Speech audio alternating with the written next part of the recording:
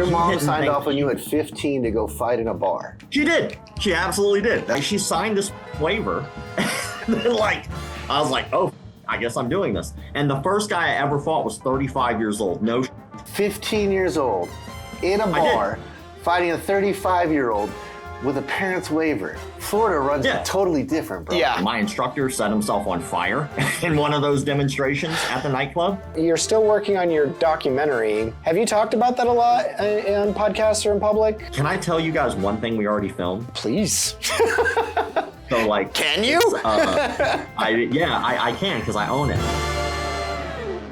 Adam, the Strip Mall Sensei here. Welcome to another podcast. And to the right of me, I have the Cliff Odette of MDS North America. Check out mdsnorthamerica.com. The next guest I'm about to introduce, you really don't need any introduction for. Most people know him. But if you don't know him, he is Rob Ingram, the man from McDojoLife, the man who calls out culty gyms, bad martial artists, and even sometimes straight up predators.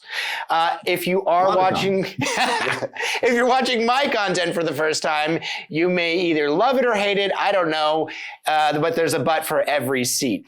Rob's been training for over 20 years, and he fought in some underground boxing shows before he was even old enough to drink.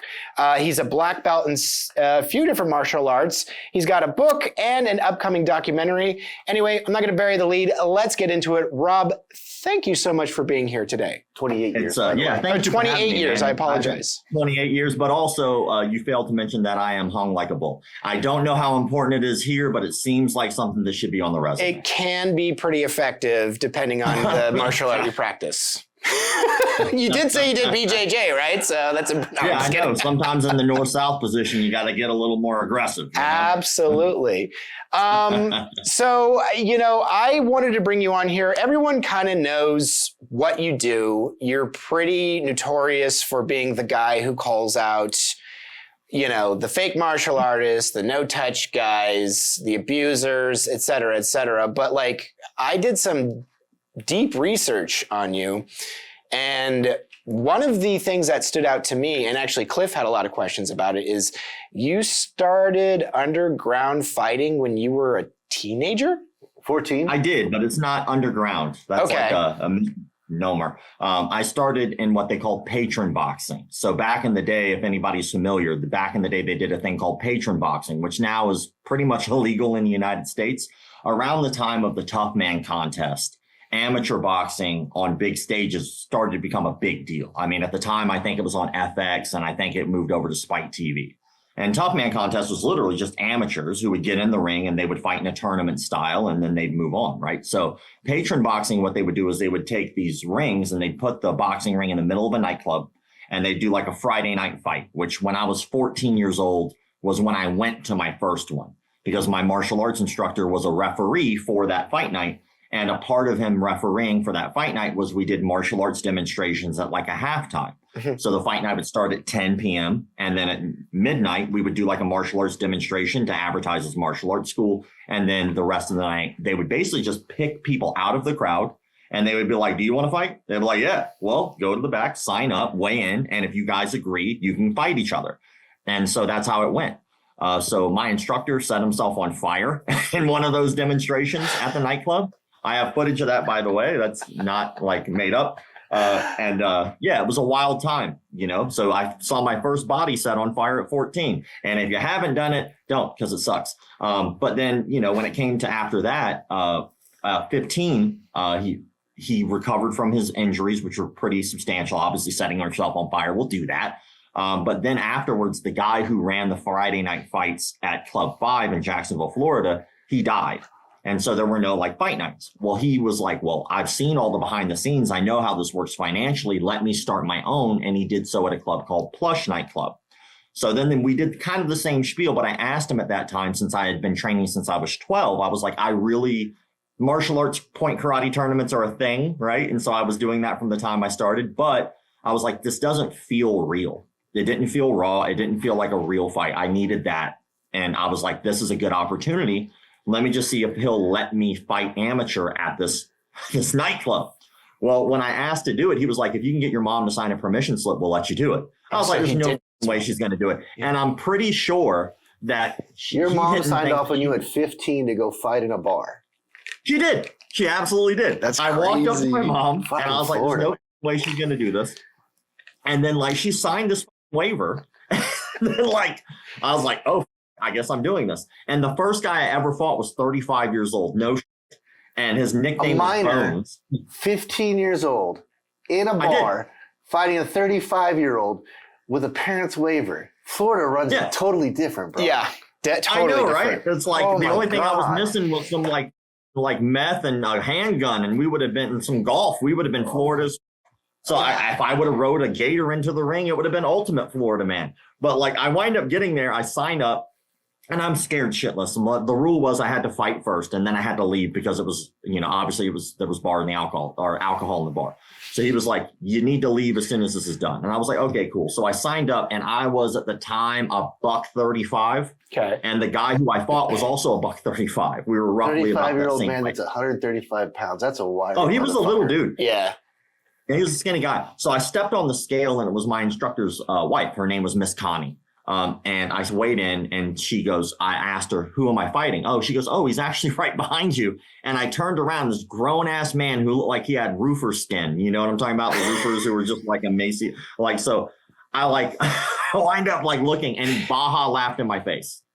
I was like, in my head, I'm like, oh, f you. But as a kid, I'm also scared. So I was like, and then so like I go warm up, and there was like a little area, like, because there was a green room, and that's where we weighed in. There was a stage because the nightclub was set up for live bands. Yeah. And it had a pit in front of the stage that's where they put the ring. So it's a beautiful venue for fights because it was not a bad seat in the house. Nowadays you have the pit, which is kind of cool because you don't have a lot of shit, but then we just dumped it right into the middle of this pit ring. So I wind up warming up, and as I'm warming up, I hear a dude on his phone by the green room, and I'm like tucked away near a storage area, just kind of warming up. And as I'm warming up, I can hear somebody talking on the phone about how they had already won their fight. Well, I'm the first fight, so I was like, whoever this is full of shit. Let me just take a peek. And it was the guy. The guy I was supposed to be fighting is up there talking shit to whoever. And I'm like, oh, well, now I'm just like even more mad, but I was like, there's nothing I could do about it. So I get into the ring, scared shitless. He runs across the ring. 30 seconds of fury, right? And I'm a kid, first full contact fight. So I just cover up, and I'm just waiting with my eyes closed for the flurry to be done. Yeah. And then it just stops. And I remember, and like, this is like packed nightclub, and they played music while we fought. So it's like a little chaotic in there. Yeah. And I remember just looking up through my gloves, and I remember seeing the referee at the time was one of my instructors as well, like dumbfounded, like, what the fuck are you doing? He looked at the guy, and I looked at the guy because he did. And the guy's in the middle of the ring with his hands on his knees, gasping for air. He had literally like blown out his cardio in that first 30 seconds. And so I was like, okay, well, like, what do I do? And so he looked at me like, fight. And so he's slapping his, like, the plastic gloves, like the neoprene gloves or whatever. And I like walked over, and I threw the hardest, shittiest right hand I could, just as hard as I could right down the pipe. And at that time, he just happened to look up, and I cracked him right in the nose and actually broke his nose. And then he didn't answer the bell after the first round. And so I won, 15 years old. And I was like, this is great. This is all I want to do. And he's some drunk 35-year-old. Yeah. Well, okay. And he was, those big garbage cans, he's like profusely vomiting in it afterwards. Yeah. I was like, I'm pretty sure he just got hammered drunk beforehand. Yeah. All right, so let's clear something up. What you did was called a smoker. Like they're called smoker matches, right? So they're different amateurs. Different. They get together. You invite. Underground fighting is they already have a roster of people they call. Yeah. That they gamble on. Okay. I never did underground anything. Okay, so no one was gambling on your fights that you knew of or anything like that? I mean, not to my knowledge. Okay. Like, this was not underground. Because he was asking before we were all on camera. He's like, he was getting gambled on at 15, and I'm like, I don't know. Let's ask him. They have proven, like say, with underground fighting, because I did it in. Well, he would have been. You're 40, so I did it in like 95. But again, I did it for beer money. So 500 if you lost, 2,500 if you won, right? Yeah. You go in. They give you a page because you've gone to matches before, and they give you a page. You want to fight tonight. It's usually on the Indian reservations. they would say, okay, you're matching against it, but you have a proven fight record. Yeah. They've seen you fight in smokers before, or getting in fights. Okay. Someone vouches for you. Okay. But at that point, there's money being placed and there's gambling taking place, and it is not. Well, so do you think what Rob is describing is much more on the level than what you thought it was initially? Again, smokers are tough. Like, say, that style of fighting. I have buddies in Oklahoma doing it right now, where they're now pro. So they start in the amateur. You've heard me talk about the Oklahoma boys. Yeah, they'll go in and they'll promote their own fights. They're like, hey, come buy tickets to my event, right? And they have promoters and all this stuff, and they're going in, and they're dude. You'll see some crazy ass stuff. Yeah, on that level of fighting because. Yeah, and what was wild is a lot of the guys, because there was definitely some stuff like that was shady, but like it's what they call patron boxing. And so the difference between like a smoker and patron boxing is typically with like a smoker, not all the time, but usually in a smoker, they'll usually do it in someone's gym, right? They'll just do it in the ring or whatever. Bar, they'll set up a tent somewhere. Whatever, right? Yeah.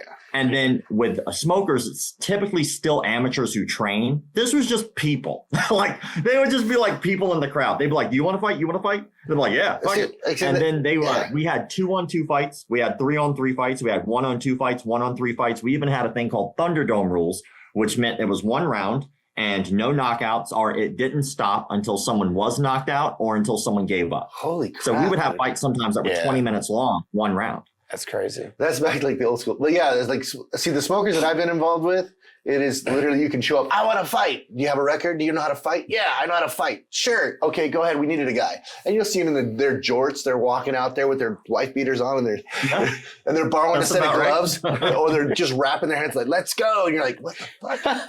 Well, so your sensei put you up to this, you said?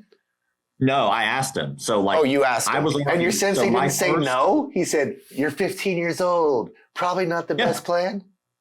No, he was like, if you can get your mom to do it, because like I was already competing at this time. So I started competing my very first month of training. So I went into, obviously it was sport karate at the time. So sport karate has like different divisions. It's not like a jiu-jitsu tournament. So like if you go into wrestling or jiu-jitsu, there's one division, like, and you just have different weight classes and sizes and ages. But if you go to like sport karate tournaments, it could be a grab bag. You can have continuous kickboxing in there, which typically was like a light contact because it's no knockouts were allowed because it was a tournament, or which is a gray area sometimes. Like literally at FightCon Expo, they shut down a semi-contact event for some reason. The State Athletic Commission did. So it's bullshit. But like there's different divisions. I've never seen the sports side. I have a buddy who does Kyokushin, and watching him go at it, I'm actually afraid to fight him. Because those guys just stand there and kick the crap out of each other. Yeah. They'll grab each other, just pow, pow, pow, pow. They'll just start hitting you and they don't go anywhere. GSP. Right in the middle. GSP is a Kyokushin black belt. Baz Ruten's a Kyokushin black belt. Like Kyokushin's legit as I love Kyokushin. They beat the crap out of each other. Yeah.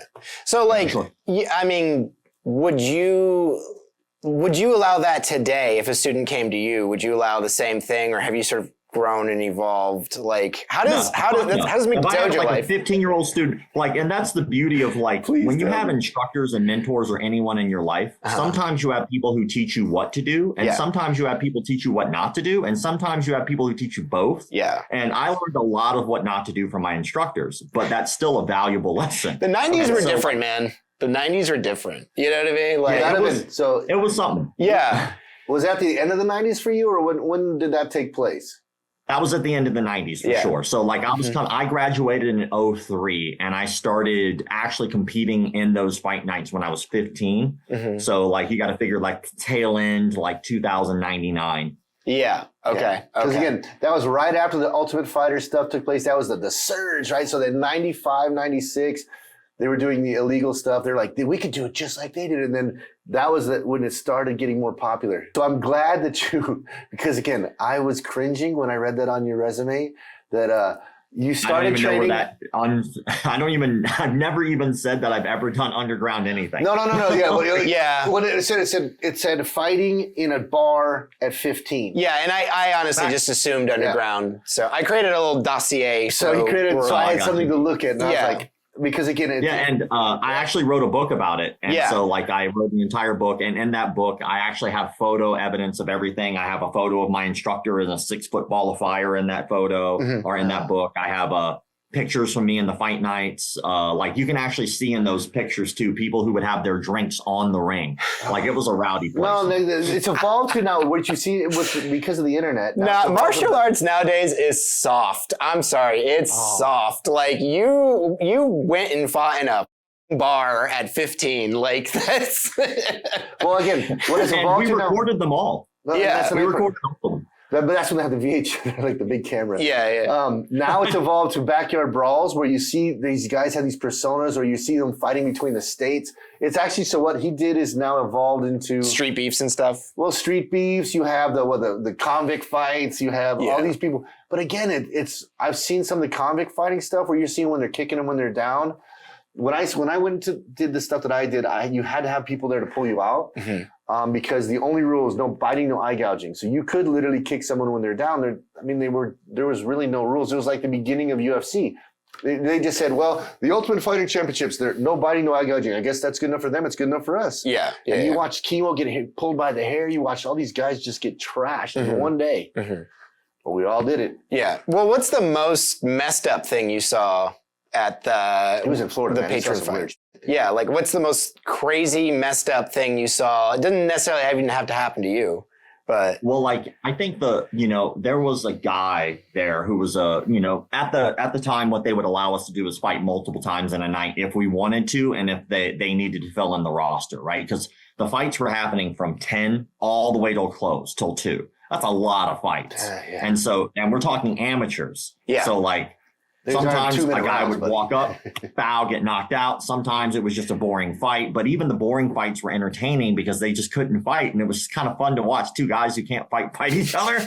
But then it was a very rowdy place. And so we would have a stable of fighters who were always there. So like every night I could be there. I was there. I was a 15-year-old allowed in a bar. I'm going to be there every time I can be. Yeah. Right. But then there were guys who were like actually went on to go pro. There was a guy named Rapping Don Roberts, and Don Roberts wound up going on to have a pro career, phenomenal boxer. He did great there. But that was where he could get a couple fights on a night and like have that same pressure and play with stuff in a live environment, which you can't. It's very hard to do that. Yeah. There was a guy named Bobby Deluge, but these were guys who were getting ready to go pro. So they were using this as a stepping stone. But there was guys there who had no want to go pro, but just really loved to fight. Yeah. And there was a guy there named Ricky Baxley, and he was built like a tank. He was a very short, stocky guy with almost no neck. Yeah. And so like it was really hard to knock him out. So his thing he would do, because he enjoyed the bravado of it all and the showmanship, is he would just stick his head forward and let guys just hit him. And then when he got ready to knock them out, he would just drop them with an overhand right, because he was just a really strong dude. Well, he had a temper and he had issues. So one night, the promoters decided, in all their wisdom, which was my instructor, which is really stupid of him, but I get it. He wanted a big thing. And so we did 3-on-3 fights. Well, imagine a regular standard size boxing ring with 3 people in it and 3 other people in it and 3 referees. It is pandemonium in that boxing ring. And you could hit whoever you wanted. Obviously, you can't hit the referees. And other than that, it was standard boxing rules. You can just hit whoever you wanted at that point, right? But it's 3-on-3. Well, when you do those events, right, you start off with 1 versus 1. They fight for a 2-minute round, then they leave. Then another 1 versus 1, 2-minute round, then they leave. And then the last 1 versus 1. And if anybody at that time gets knocked out, clearly they cannot move on to the final round, which is the 3-on-3. And a lot of times they never did. Well, this night it did. And so this guy, Ricky Baxley, both of his teammates get knocked out. And so he is now by himself. And they ask him, do you want to continue you versus these 3 guys? And he was like, yeah, I'll do it. He backs himself into a corner, which for all intents and purposes is not a bad idea, right? He's like, I can't get hit from the back. I at least see what I'm doing. Yeah. He covers up. And what he would do is he basically play peekaboo boxing. So he would cover it up. He would wait for the timing. And once he got the timing, he would just unload a big right hook as hard as he could, hoping he'd drop a guy. Survive. Well, one of the guys there, his name was Ayatollah, right? And everybody called him that because that was his like wrestler persona. He was this big, huge black dude. And he was in the middle of the ring being really respectful. He did not engage in this. He just stood in the middle watching his other 2 dudes beating on this guy. Just like, you know what? I know Ricky. I'm not going to go over there and 3-on-1 him. I'm going to stand here and be respectful. Well, Ricky decides, you know what I'm going to do? I'm going to hit the guy in the middle of the ring because he's never going to expect me to run forward and hit him because he's not engaging. So out of nowhere, he runs from the corner and just overhand rights him because he isn't paying attention. And it doesn't knock him out, but it really pisses him off. So now he is so mad. He's shoving these other two guys out of the way, shoving Ricky into the corner, and he just starts blasting him as hard as he can. Well, Ricky is now taking an ass whooping and a half at this point. So he holds onto the guy's arm somewhere in this barrage and bites him in the arm. And that's a Cliff move right there. And then so the Ayatollah dude backs out and he's like, yo, and he's yelling at the referees. Well, music is playing loudly in this thing. So he's pointing and he's trying to yell through a mouthpiece, which is fairly difficult to do to get out what you're trying to say. Yeah. And so the referees are confused because they didn't see it. And even on tape, it's very hard to see because Ricky did it very hidden. Yeah. And so he's like, all right, let's go back out. And so Ricky bites him again.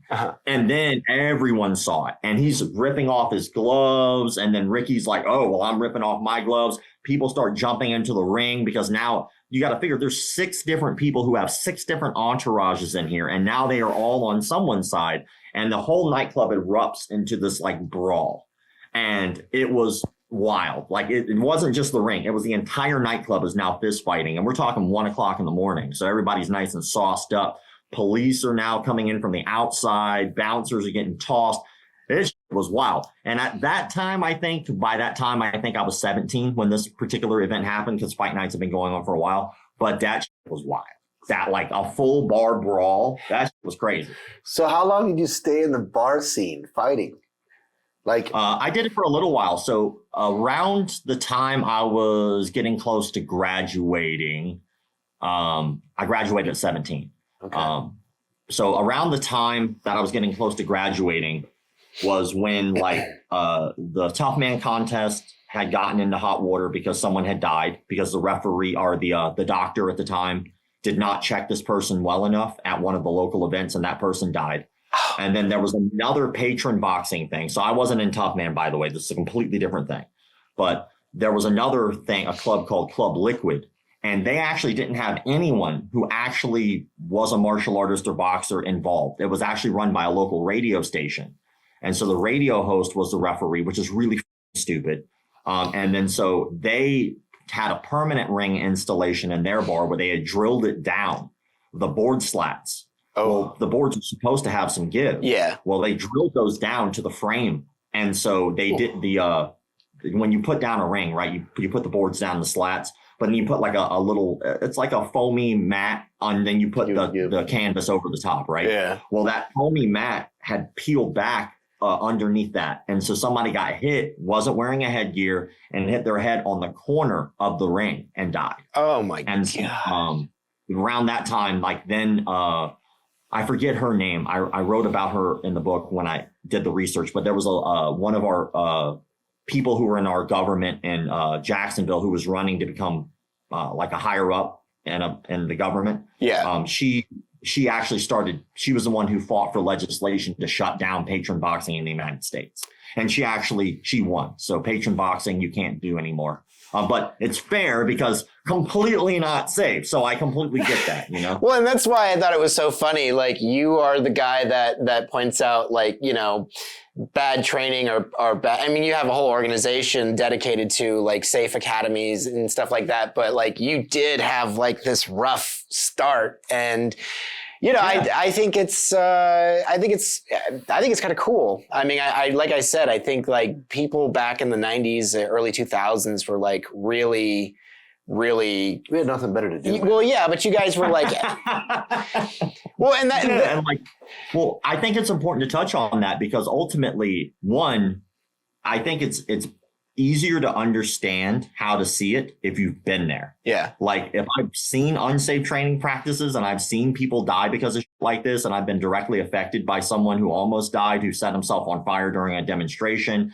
like I see where this goes. Yeah. And ultimately, when we start talking about like safety, it should be paramount. The hard part is when you're dealing with like martial arts, right? Yeah. There is a certain level of understanding that you're about to go like hit each other. Is sparring good for you? No, it's not good for you. We know it's not good for us. But in the long run, if I have to defend myself, my life, I damn sure better know how to fight. Well, what's the best way to do that? I have to put myself in these pressures, right? But there's a level of safety and there's a level of danger. And some makes you better, right? Some doesn't.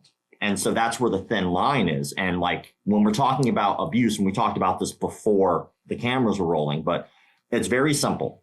Does this make me better at the activity, or does this harm me? Right. Right. Like, for instance, have you ever heard of the gauntlet? Yeah.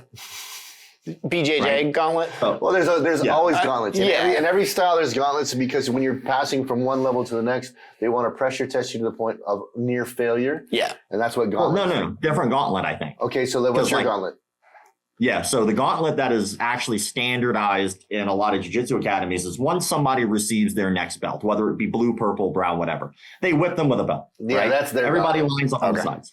So like does that make me better at jiu-jitsu if I do it? No. Does it make me worse at jiu-jitsu if I don't do it? No, I don't think so. No. So it's just simply hazing. Mm-hmm.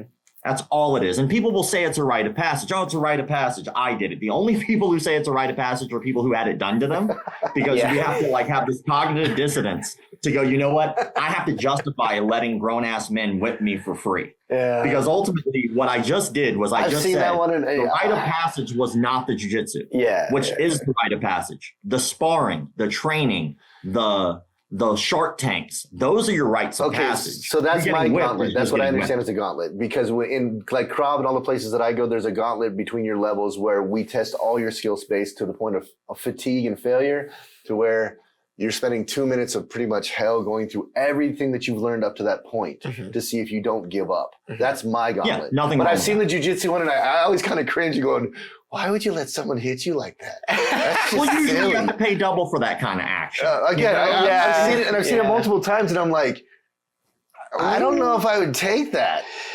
I know you're supposed to you're not even supposed to be phased. You're supposed to walk the line and walk it back. Yeah. And it's a sense, and it's because they love you and you're supposed to do it.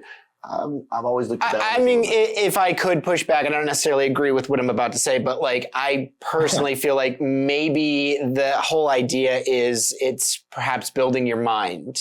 And I think that's kind of like the value of martial arts. No, you don't think so? Let's go down that path, because that's a fun debate. Let's say, we're saying at that point, we're saying that there's no other way that we could possibly build your mind. Right? Sure. So mental toughness, mental toughness. Go ahead.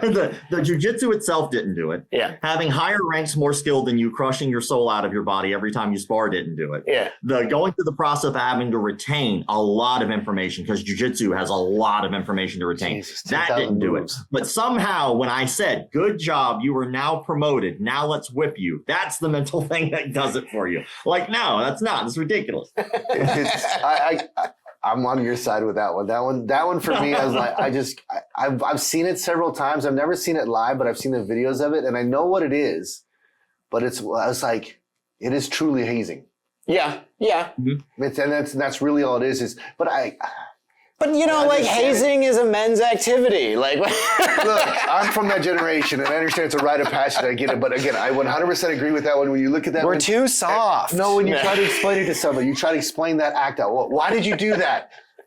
Because that's the only thing that you can honestly say. Because he told me to. Yeah. Because I was off subject. I was at a party and there was a dominatrix there, and like, oh, Cliff will love to get spanked. He gets hit all the time. I'm like, I hate spankings. And this little 5'0" person's trying to give me a spanking. I'm like, ow. What kind of parties are you going to? You don't I didn't even know about this. You don't want to know. Jesus Christ. But again, it's like, it's this moment. You did it because everyone's there. Come on, you can do this. It's peer pressure. It's all the worst moments where you're just like someone asking you to go karaoke singing. I don't want to karaoke sing. Yeah, I know. I don't want to get hit by a belt. Yeah. By a whole bunch of people. Fair enough. I like getting hit and hitting people back. So if I walk with a belt, if I can start swinging at people too. I agree. I'm in. I agree. I think that if we want to make this like practical training, I could hit you back. Like if we just stand there and I let you. So every cult ever, if just simply type in flagellation cult into Google and see what pops up. I've seen that. Almost every cult has a version or form of flagellation, which is just whipping. Yeah. And some have self-flagellation, which is even weirder. But ultimately, what happens is when you look at something like that, you have to ask yourself the question, which is, does it make me better if I do it? Does it make me worse if I don't? Right. And that's a very important question in martial arts. Yeah. I think that it's something that we should kind of hold up to some kind of a mirror anytime, because even a lot of martial arts they don't even question their instructor ever. Yeah. Like, you are the man, you are completely perfect and there's nothing you could do wrong. That's a problem. Yeah. I've been in a few of those schools. Yeah. I've seen some of it too. Well, actually, I usually get kicked out of those schools. Yeah. Well, what about this? Yeah. Or the funniest one, I was with a very well-known martial artist. You weren't there. And they're like, and then I'm the guy, they said, well, let's see if he can do it to Cliff. Yeah, because Cliff is like famous for having like super pain tolerance. So I had it was a guy, he's really well known in the world. And they're like, you do this. And I whispered to him, like, look, if you want me to let go, I'll let go. Mm-hmm. No, you're fine. You're fine. And I'm like, are you sure? So I even looked away, so I wasn't paying attention to what he was doing. And I'm like, just let me know when you want me to let go. No, and he kept trying his move. And he's like, then you have to do this. And then he hit me again. I'm like, here, I'll let go. Yeah. But it was a very well-known martial artist with my group of friends, they were like, do it to Cliff. If it works on Cliff, we know it works. Well, you remember those old Chex commercials? Does Mikey like it? Yeah. He likes it. He likes it. That's me. Yeah. Like I said, and I was the guy that I like, for me, pain and those things, probably for you too. When you get hit, has a memory. When your teeth, you're pushing your teeth, oh yeah, that was that moment. Or you're pushing on your arm, you're like, oh yeah, that happened there. So I think it's nice when you've been training for a while, especially when you've like reached a specific level of skill, right? And then you get caught. And I think it's like losing. You're like, oh yeah, fuck yeah. Like, I need that more. Like, it's a reminder that you've made a mistake and there's a hole in your game and you can fix it. And it's like a nod. You're like, you know what? You got me, brother. Good job. Like, there's something special about that. And to just add to that, what you just said, I think is what I feel is the most special about martial arts, period. Like, it's the reason I try to defend it at all costs with what I do, is that I think that it's one of the last bastions of honesty. Yeah. Like, there is not really a lot of lying that you could do in martial arts, because if you even attempt to lie in martial arts, it's very easily proven or disproven the moment you put your hands on somebody or you move around with somebody. And no one gives a usually in good school. No one gives a about your age, weight, creed. No one cares about your political views. No one cares about your religion. Yeah. As soon as we step on the mat, we are students and instructors, and all of us are a version of that on a spectrum. Yeah. Because sensei literally just means the one who came before. That's all it means. So like you came before somebody else, and somebody else is going to come before somebody else, and so on. And that's the beauty of it all. And we're all here to help each other. And I think the moment people start creeping into that honesty space and try to bastardize it by physically, emotionally, or financially abusing people or lying to them, they're ruining the beauty of what we really have here, which is honesty. It's a beautiful thing, and I think it should be protected. Yeah. Okay, I get that. My question for you is, so in your labeling, you only have one label, McDojo, right? Have you ever thought about different levels, like this one may be a little too violent for you guys, or different categories? Because when you label, and I'm going to sound really unprofessional when I say this. It's like when you're giving a diagnosis to a handicapped kid and everyone's called retarded. Okay? Sure. There's varying degrees of things they do, right? There's varying degrees of retard. We can say that now because Trump says we can say it. Sure. So that's why I brought that one. Sure. Got it. But there's autistic. I have a horrific story about that too, by the way, but go ahead. So have you thought about the idea of maybe this, because again, warning labels instead of labeling it as a McDojo, because again, some of your videos, most of your videos I agree with, because the no-touch stuff, I just find funny. And the guy from Russia that's wiggling around and moving the pad and doing this stuff. Yes, the guy's there. I hope he's not charging money, but if he is, are they getting something from it? But I understand that label for that one. But there's some guys that, I mean, the prime example, the easiest one to talk about would be Edan, right? So Edan, is he a character? 100%. Does he have knowledge in his head? Unfortunately, I've trained, because I wanted to see, because I've seen, just like you, I've seen all the videos, all the stuff, and I was like, please God, let me not just lose my shit on him when I'm training. And you heard me talking, I was saying, I'm nervous. This is a guy that I've seen some of his moves. I'm really curious to see what it would be like. Yeah. Well, it was an eye-opener training with him. I wouldn't recommend it for any beginner level training with him. I would say someone who's seeking, whose life, you live in a place, well, Jacksonville, Florida, apparently. You live in a place that's super dangerous where you've got to do stuff. I think the point Cliff is trying to make, correct me if I'm wrong, like so let's get into it, Dan. You have you have issues with Edan for some good reasons from, what you've been told and your research and stuff like that. Would you, maybe if you remove Edan out of the equation and his character or whatever, how you feel about them, how would you feel about Kala? Like in his system to take away weapons? No, my thing is this. He's labeling as a McDojo. Mm-hmm. Would that puts it on the banner that you didn't label him as McDojo? No. Okay. I'm happy to explain too, by the way. No, and that's what I'm saying that's why I want to understand that. That's why for me, I'm here with you because again, 100%. I'm here as a martial artist and I'm staring in front of the Eye of Sauron because if he decides he's mad at me, he could say, I'm just going to go after Cliff and find everything and just roast him. Never done that. I stick to my 5 rules, which I think is very important. We kind of touched on this for a second, but I wrote down a bunch of notes while you were talking and bringing up Edan, and I think there's some important things to talk about here. So before the cameras roll, we kind of got into a few of these, and I want to make sure, because on Reddit, they're clear labels. So if you ever go to Reddit, you can actually literally label the specific things that I post and why. Yeah. Instagram doesn't really allow that. So one, before we even get into the rules, can 2 things be true at the same time? Mm-hmm. Yes. Okay, so he could have shot a student, which he did. No, he did. Correct. He admits that. He 100% admits that, right? He could have financially defrauded people, which also is true, and there's proof behind that. Okay. He could also be a legitimate good martial artist. Yeah. Okay. So the 2 things can be true at the same time. And by the way, keep in mind, I posted a video of Anderson Silva teaching a knife defense. That knife defense was horseshit. Anderson Silva can kill me with his bare hands, not at any time, moment, shape, or form. Nicest guy, though. He was not. I never once said that Anderson Silva was bullshit. Yeah. That knife defense was bullshit. Okay. But I never said that he was. And so I think it's important to remember that 2 things can be true at the same time. Okay. Another thing we talked about right before the cameras rolled is a lot of times people will just assume my thoughts without actually listening to the words. And I did a full breakdown about Edan, and I was very specific about the things that I had issues with. Yeah. Now, when we talk about the rules of the page, one, and I'm just going to go down these and we can talk about all of these in detail after. I just want to make sure that we're on the same page about what the rules are. Get it on the books. One, the first rule is I don't believe that martial arts instructors who have abused people should be in charge of martial arts schools or teach martial arts. Sure. Yeah. Okay. 2, I do not believe people should physically abuse their students. And we talked about the definition of that is. Okay. So 3, I don't think people should financially defraud people. Fair enough.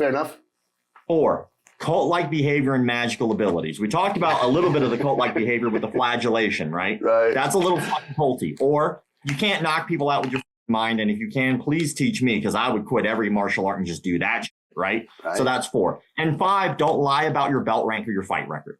Fair enough.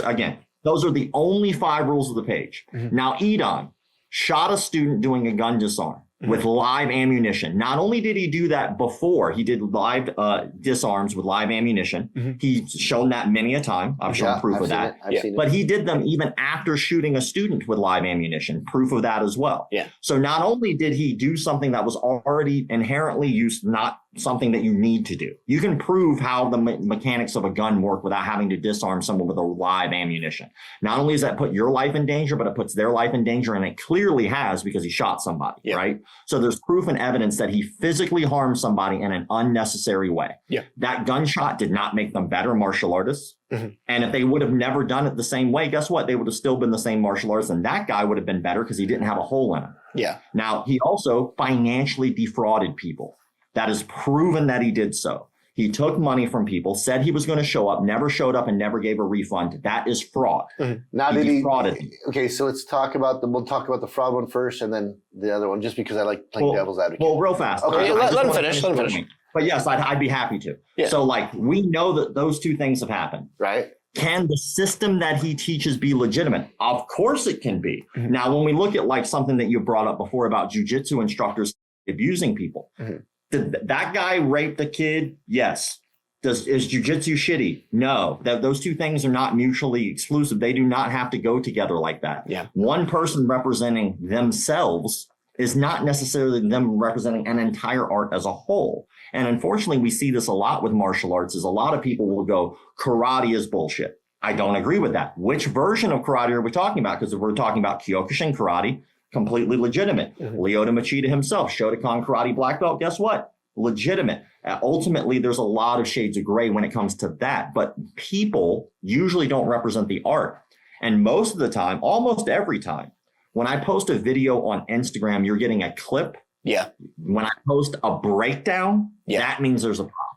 Yeah. When I post an entire video and show facts and evidence, the reason that I'm good at the job is because I show everything with facts and evidence. And a lot of that is not opinion. I can show what happened, prove it.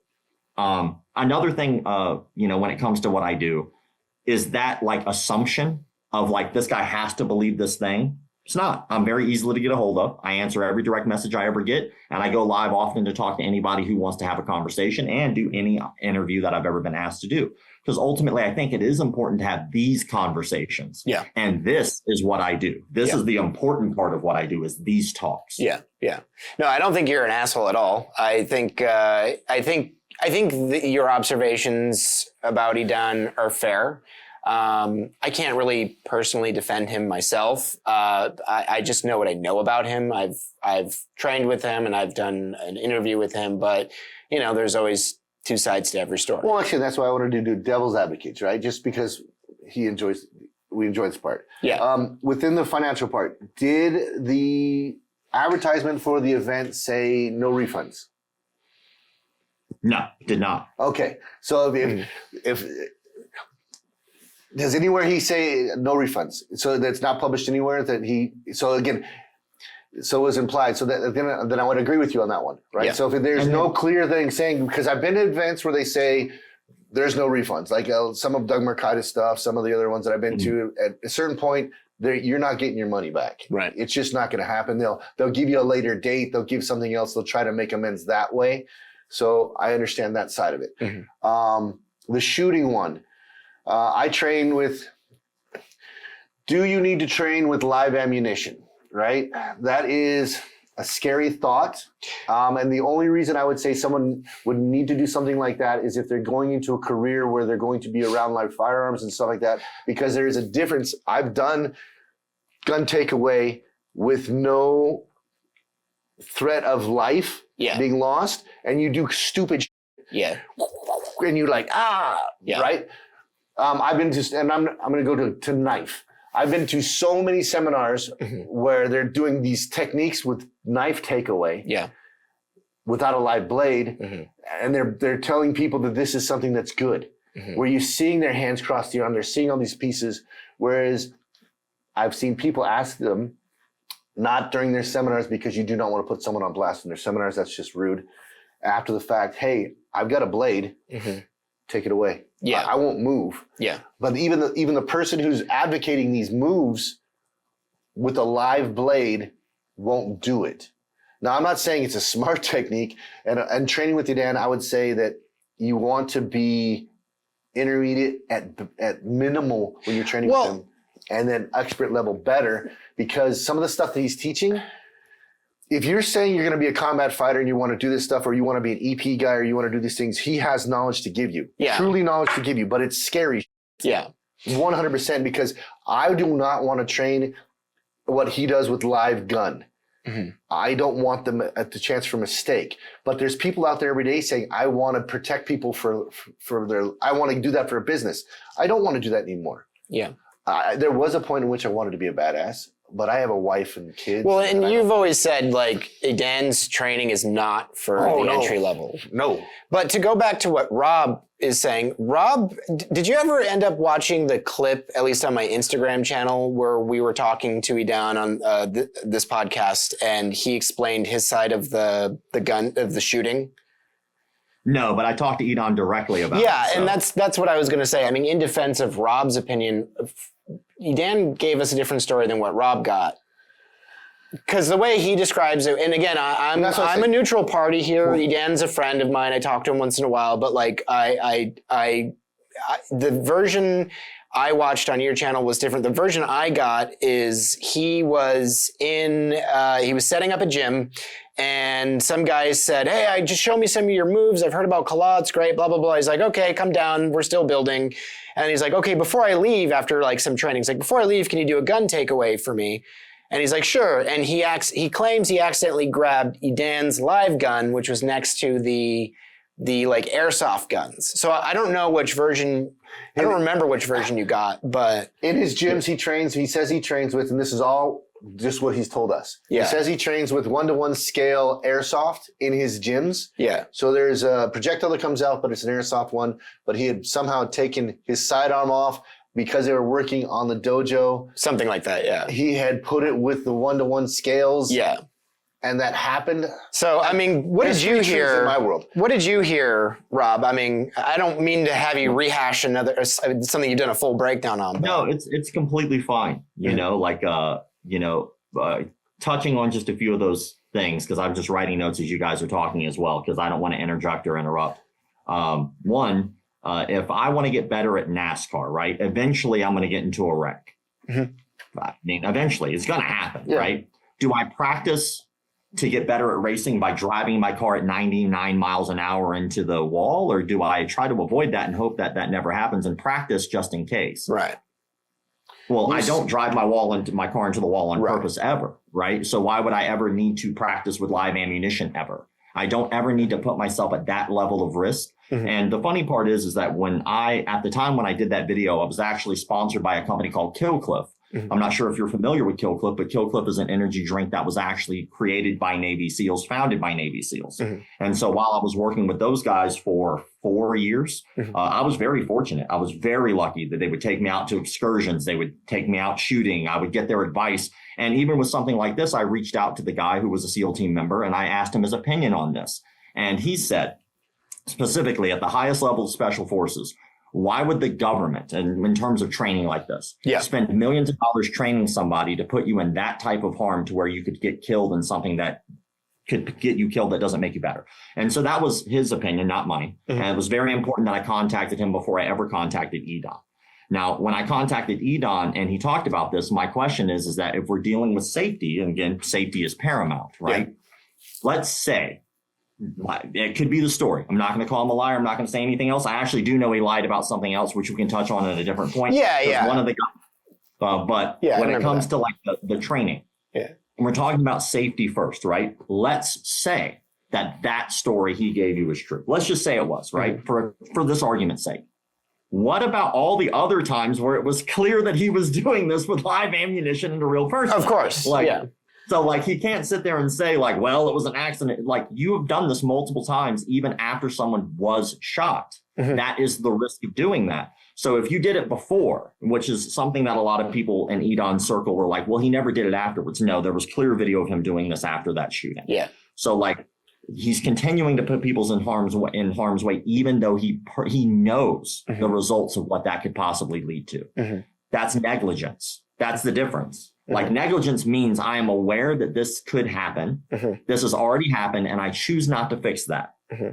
Like that's also ego. Mm-hmm. And look, I obviously have ego in this too, right? I have ego thinking that I believe my opinions, he has his opinions, right? But even with his military career, when I spoke to somebody from the literal organization he said he had represented, that person publicly, Gulani, he is not truthful about that.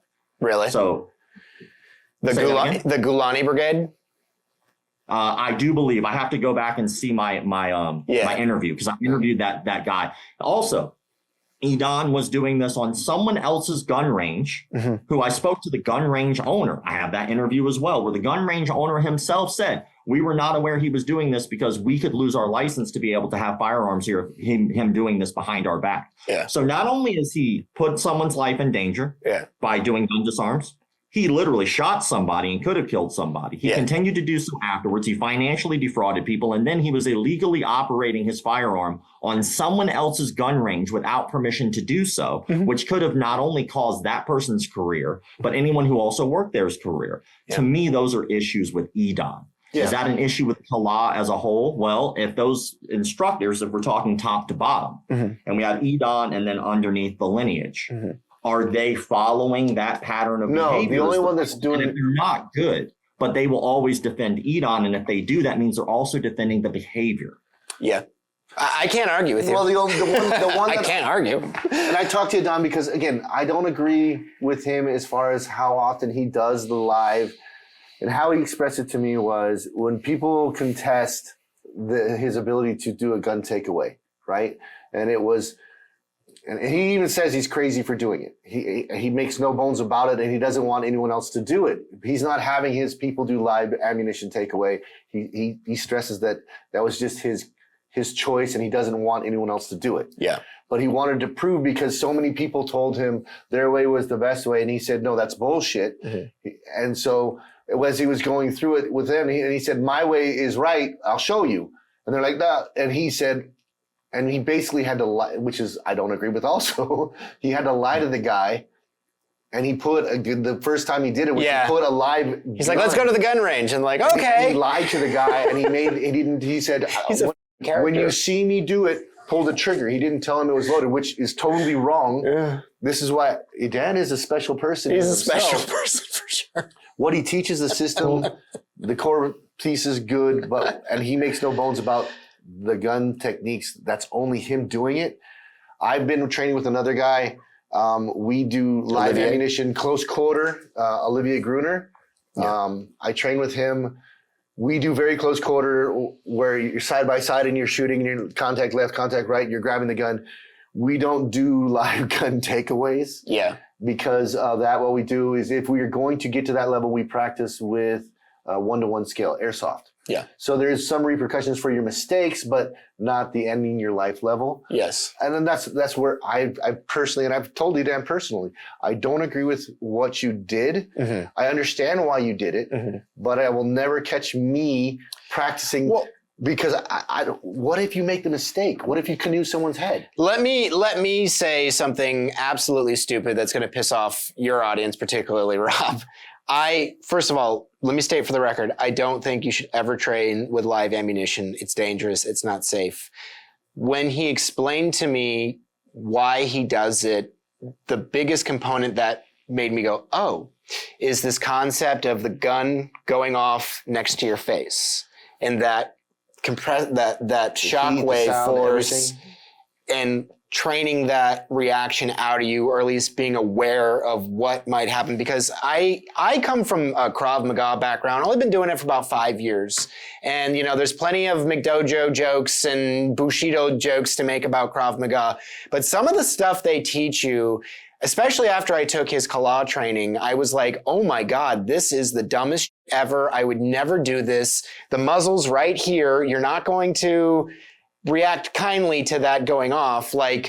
So I guess my greater point is I appreciate that he's willing to teach the reality. Obviously, we have some character issues that need to get worked through. But that would be my only defense of it at all. And I think if you were to ever do that level of training, you have to already be at a high level of training. You have to be willing, you're like maybe getting into executive protection. And you're sport about what he does. There's nothing, it should not be given to the common man at all, not one bit. Let's actually get back to... But hold on, let's let Rob interject here. Okay. He hasn't said anything in a while. So Rob, sorry, my bad. Am I an idiot? You could tell me I'm an idiot too, because I'm still on my journey learning. I think there's a lot. I wrote down two things during the conversation. So, when you say Edon doesn't have anybody else do this, right? Well, that I know of. That we know of. He didn't shoot himself during the disarm. Yeah. He shot another guy during the disarm. Mm-hmm. So when he does this, and we have it on video of him doing this with multiple different instructors, mm-hmm. he might not be having them do the disarm, but he damn sure is having them hold the gun during the disarm. And that's the guy who got shot. So he is putting them in harm's way. So ultimately, I'm glad. I hope he tells other people not to do that, because obviously he himself should not do this either. And I think that it comes down to some bravado. But ultimately, if he wants to put himself in harm's way, that's his option. He's a grown ass man, but he's not putting himself in harm's way. He's putting the other guy on the other end of that firearm in harm's way too. Mm-hmm. And so that's the problem. But other than that, when it comes down to reality-based training, I don't think that it's wrong what you're saying. Like you saying, like, yeah, that might not be for everybody. Not all training is for everybody. Training itself is not for everybody. We know based off of CRM systems like Perfect Mind, Mind Body, Rainmaker, and all these other systems, softwares that keep track of students' attendance and payments and all that, that we know the average martial arts student drops off between 8 months to a year and a half. Yeah. That's our current retention rate in our industry. So if that's the case, that means martial arts in general just isn't for everybody, right? And your level of training is based off of you. And I think 100% is based off of you. Some people come to martial arts because they want to get a gastric bypass. They're obese. The doctor told them you need to lose 30 pounds so that way you can get the surgery so you can live. They decided to do a keto, right? Now, fuck it. They decided to do Tai Chi in the goddamn park. Now, hell, they could do Kyosho Jitsu where they believe they can knock people out with their mind, right? They could do any of these things. But then they decide during that time that, you know what? I believe all that bullshit. But even though they believe they can knock people out with their mind, they lost 30 pounds. They wind up going to the doctor, got a gastric bypass surgery, and it saved their life. That's what self-defense is for. They were just defending themselves against themselves, their bad habits, and that martial art did it for them. I say, good for you. That no touch knockout is still bullshit, but that person will never tell you that it's bullshit because for them, it gave them what they needed, and everyone needs something different. Some people, well, I'll give you a quote from my old instructor, my original instructor, Lee Barton. He said, some people want to be champions. They want to live the grind. They want to be the champion. They want to be the person with their arm raised. They want to go through the That's what they want. But most people want to feel like champions between the hours of 7 p.m. to 8 p.m. on Mondays and Wednesdays. Right. And what he was talking about was most people they have their own reasonings. They just want to feel good, and that's okay. Now, when we're talking about being better, when you're talking about hardcore training, it all boils down to, does this make you better if you do it? Does it make you worse if you don't? Right. If I wind up, Andrew Tate said that good gyms, which I 100% disagree with this statement. He said that good gyms are dirty, they're gritty, and you could get hurt during training. As a matter of fact, you do get hurt during training. I disagree based off of every major gym that I ever talked to. You go to Jackson Winklejohn, it's not dirty. It's kept very clean. If you go to TriStar, not dirty, kept very clean. Go to American Top Team down in Coconut Creek, not dirty, very clean. Why? Because you can get staph infection, stupid. Right? Or like, how about if you wind up going to a gym where you're constantly getting hurt? Am I better when I go into the ring with a broken arm? No. Am I better at self-defense if I go into the street with a broken arm? No. And I don't get to decide with self-defense when I get to defend myself either.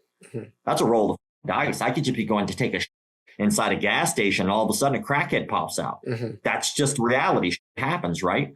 So if my instructor's job is to make me better to defend myself at all times, the best he can't be the reason I get hurt. Like, that makes me worse. And when you're putting people in positions where, let's say, hypothetically, you're putting a muzzle by someone's face, could anything possibly go wrong with that round? Could anything possibly go wrong with the gun? Could anything possibly go wrong when I'm purposely putting myself in those positions? Absolutely. Is it necessary? And that's the thought. So, like, ultimately, do I think that it's too rough? Well, that depends on the individual. If you go through that training, you're not getting injured, you feel like it's making you better, and you defend your life with that training, then it was good for you.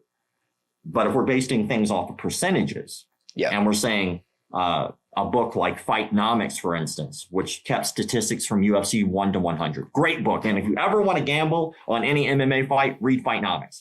But one of the things it talked about was percentages of techniques working. It was very eye-opening. The number one submission in MMA is I'd say rear naked. I mean, rear naked choke, right? Everybody knows rear naked choke is easy to do. The percentage chance of it working is 50%. That is the highest percentage chance of any technique of submissions in MMA from 1 to 100, UFC 1 to 100, right? 50%, right? And so if we're saying that is the top tier technique and it only works half the time, we probably need to know a bunch of other shit too. And I think that's where the sauce is, right? We can't just say that we always know everything because we don't. It's the same thing with our opinions, our thought processes. And so if someone's telling you this is the only way, everyone else is bullshit, that's a red flag. If someone is saying the only way to train is this hardcore way of training, well, what about the guy who's not looking to compete or defend himself? He just wants to lose 30 pounds and you broke his face during letting people stomp on your head, and now he has a broken orbital socket and he can't go to the gym because the doctor told him he can't strain his eye, you didn't make that person better. And so ultimately, I think when it comes down to this, if it's working for you, do it. That's awesome and I love it. And if it's not, don't. But if the percentages are more people are getting less out of this, then it's not really working for the masses now, is it? It's not really helping those people. And if it's not for everybody, again, that's okay. But maybe we should internalize at that point and go, what is my actual goal here? Am I going to Somalia, right? Am I doing that? Or am I trying to get some groceries? You know, do you have a job the next day? Do you have to take care of kids? Do you got a colonoscopy next week? You know, these are real factors, you know? And that brings me back to what I talked about with your rating system. We call labeling it McDojo, but you have no other version. You only have McDojo, which by the chance is McDojo. You've coined a phrase that's going to be on vernacular for forever. We just talked about that, though. We talked about there are 5 different things that are important here. And when I put a technique out, I'm talking about the technique based off those 5 rules. Okay. If I reach out to say, like, let's say the video I did about Edom, if you watch that video, it specifically talks in detail about him being the issue. Mm-hmm. Like, yeah, the training is a little rough, but I talk about that as well in that video. But ultimately, he himself is the issue there. Like Steven Seagal, for instance. Steven Seagal has been brought up multiple times on abuse charges, right? And I'll say hypothetically, because I'm not trying to get sued by Seagal. You Seagal, you fat bitch. Well, he did do a song called "Me Want the Punani," so he does want the punani. Yes, it's clear he. Yes, but ultimately, like, does he represent all of Aikido?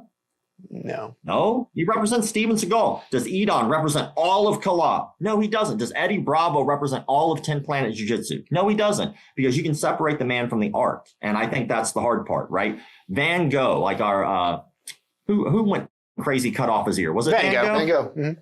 Yeah. When I look at the painting, I go, you know what? This painting sucks ass because Van Gogh cut off his ear. No, I go, the painting is the painting and Van Gogh's a crazy bastard, right? Yeah. And he made this beautiful art, and I can look at the art and accept the art and say, that's beautiful. That's a crazy, that's beautiful. Like Michael Jackson, you'd be like, man, his music was great. He raped them kids, but the music is good, right? I can separate the man from the music, you know? Wow. That was a reference. Yeah. No, and that's because I've seen some of your videos, and like I said, most of the stuff I agree with. I am more of I like more difficult training and hard training because I started out Taekwondo, and then I'm a wrestler by trade. So I grew up wrestling. My father was a wrestler. But I started in Taekwondo, and I found that the sports style fighting without contact was just concepts.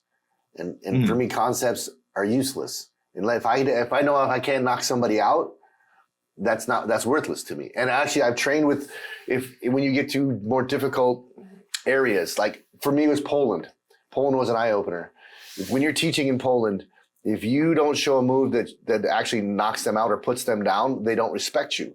And you legitimately have to knock them out in order for them to give you any level of respect, which is the weirdest thing possible. I like training hard, but when you're going 50 to 70% and you're hitting people and they're like, no, harder. And you're like, and I looked over at Fred and he went.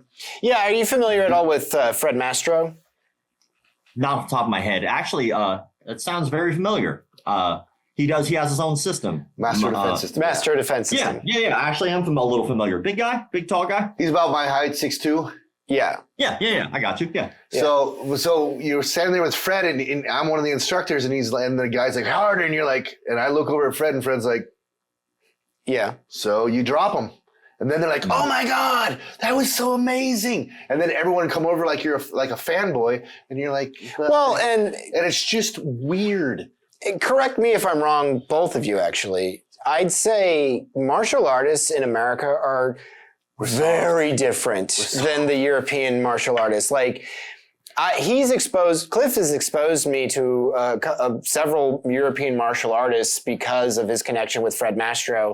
And like, they're just built different. Everyone from overseas that he's introduced me to are just so different. You know, out here you get the guy with and this might be a good chunk of my audience, so I mean no disrespect, but the guy with the ponytail and the swap meet katanas on the wall. You know what I mean? Who, well, actually, that's like the American martial artist in my mind. Actually, that's not Kyoshi-ken. That's, you know what I mean?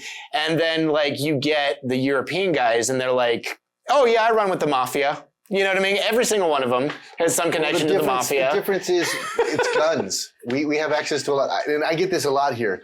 I would just shoot you.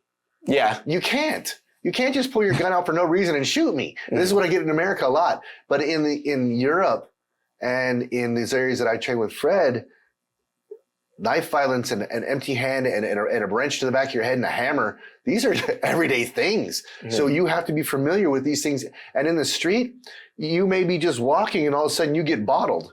Yeah. And it's normal. Mm-hmm. And I make no jokes because the people that Fred works with, they're cops. They're cops in England and France and Belgium and Korea. I mean, we train all kinds of different, Poland. I mean, you name a place. And the cops are always running with the mob too, or they're running side by side pretty freaking close. They all know each other. Yeah. But again, the weird part is the level of violence and how they escalate. I was sitting and we were in a nice hotel. Mm-hmm.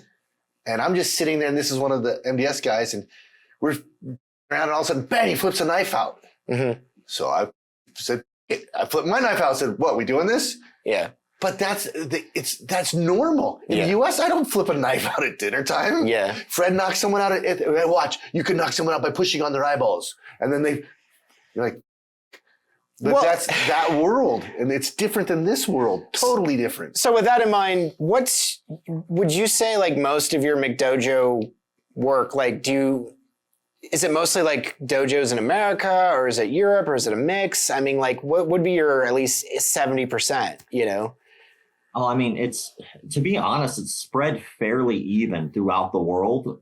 There are certain places it's not as prevalent for sure, but it's still fairly spread even. Like you don't really see it a lot in Australia. Mm-hmm. Like every time I see anything out of Australia, I'm like, finally, it's about goddamn time. Like they need some representation, kangaroos and shit. Oh, but like some wild when it comes to out there. When it comes to the different cultures and stuff, right? Like I 100% agree that every culture is a lot different. Like if you go to India, there's a place called Tamil Nadu, and a lot of like the scammers and frauds that I do in India kind of are centralized in that area from India anyway. So like if you go, Tamil Nadu that is like the hub, and everyone there has like multiple names. It's like doctor, lawyer, author, director, actor. And it's like, bitch, we know you're not one of them, right? But like they try to claim that they have all these things. But there is a difference. Like there is a huge difference in each culture. It's just like, I'll say that I tend to find a lot more of the abuse in martial arts here in the United States. Mm-hmm. I don't know why that is. I'm sure that they could be studied and figured out. Age of consent laws are far different in America than in Europe. Well, we also have weird rules. So like, for instance, when you're overseas, like I work with Academy Safe, right? I'm the vice president of that company. And ultimately we're just trying to get martial arts instructors who own schools to do background checks. And a background check does not tell you cannot hire somebody, but a background check does damn sure tell you if they have abused a kid. Yeah. And you would think, well, you know what? Like there's registries for that. Well, sometimes plea deals don't keep people on registries forever. Like, and sometimes even with Megan's Law, if that person tells the boss, hey, like I'm a sexual offender, and the boss still hires them, the boss doesn't have to tell anybody else. Mm-hmm. Like, and as a matter of fact, even weirder in California law for Megan's Law states that you can't use that against hiring somebody, which is insane to me. California's got weird rules, right? Mm-hmm. So like, the whole idea of like it being like in a one area, it's not. It's just what area of the world's culture has what issue, right? Yeah. And so like here, a lot more abuse. You'll see like the funny part is Sistema in general. Like when you see like McHale, big chunky guy who's like holding somebody down by pulling his energy out of his body or like that, right? Yeah, actually, funny enough, in Russia, they make fun of that. Mm-hmm. Like, because Russia has Sambo. Russia has like wrestling badasses. You're in LA now, so there's a couple of Sambo schools there that are bomb-ass schools you should go check out. Absolutely. I love Sambo, and I love the rawness of it all. In LA, you have a couple of schools there that they're world-class schools that you would just... That's dope. Thank you. When we're done, send me. I'd love to just go train at different spots out here. I want Sambo so bad, but I mecca. can't. It's too far for me to get there. Yeah. They're just brutal. Mm-hmm. Yeah. With the hardcore thing, like you had mentioned, like the more McDojo-y ideology of how you feel guys here are that way, right? There's actually some really ironic, and like I think that this might go against what people probably think I think, but I think it's kind of important to talk about, right?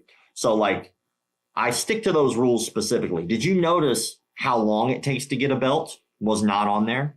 Mm-hmm. Technique itself was not on there. Mm-hmm. Like, right? Skill was not on there because a lot of that is kind of subjective. Cost was not on there, right? So like there's certain things that hold value that we forget hold value and actually are important that make way for people who are legitimate in street self-defense, which by the way, there are rules on the street. They're called laws. Yes. You still have to abide by them, right? But correct. Like there are people who aren't good at street self-defense that hold a fuckload of value. Right. So like how many pro fights did Bruce Lee have? I think a couple. Yeah. 0. Not one. They're exhibition matches. You're right.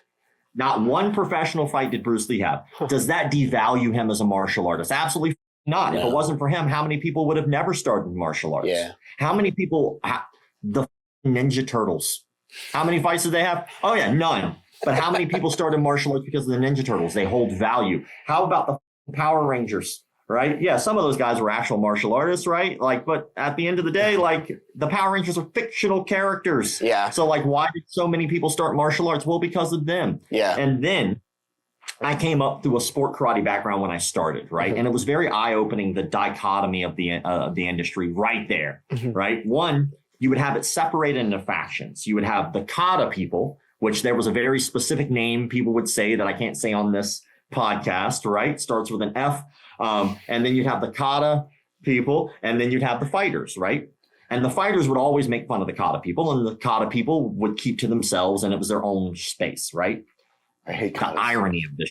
The irony is so good because the guys who were going to kata, do kata, like Taylor Lautner, by the way, was a kata guy, or yes, he was. the guy from Twilight, or the Matt Emig, who was like the stunt double in the Ninja Turtles movie, or Caitlin Deschelle, who was the stunt double for Wonder Woman. These are legitimate martial artists. They just didn't fight. They were kata people because they knew they wanted to go to Hollywood.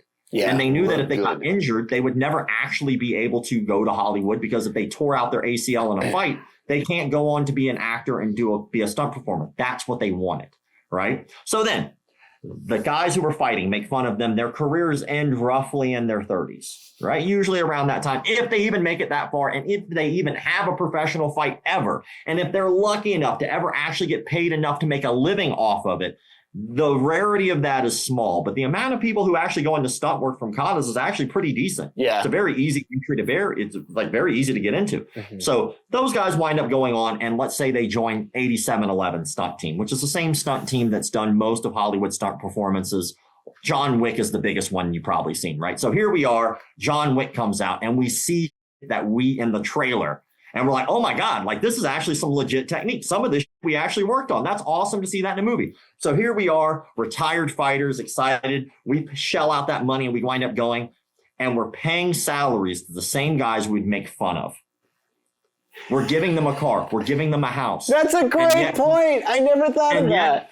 And yet we devalue that. Yeah. We make fun of that, even though that's the same that inspires us, and that's the shame that we get pumped up for to spend our money on. We buy the goddamn DVD when they were DVDs. We buy the digital downloads. We line up for number 2, number 3, and number 4, right? And yet we'll still sit behind our computers and make fun of those same people, even though we're paying their salaries and they're laughing all the way to the bank. Yeah. There's nothing wrong with not being good at street fighting. There's nothing wrong with that. You can still provide something to this world as a martial artist. Mm-hmm. And it's not for everybody. Would the world be better if Beethoven was like, piano, I'm going to go learn karate? No, that wasn't for him. And it's okay. And in our industry, we love to use terms like casuals, which is a stupid term. Do you think anybody in an NBA game gives a shit if the people in the stands who bought your jersey, bought your sneaker, and bought your tickets, if they've ever played basketball? The basketball player doesn't give a shit.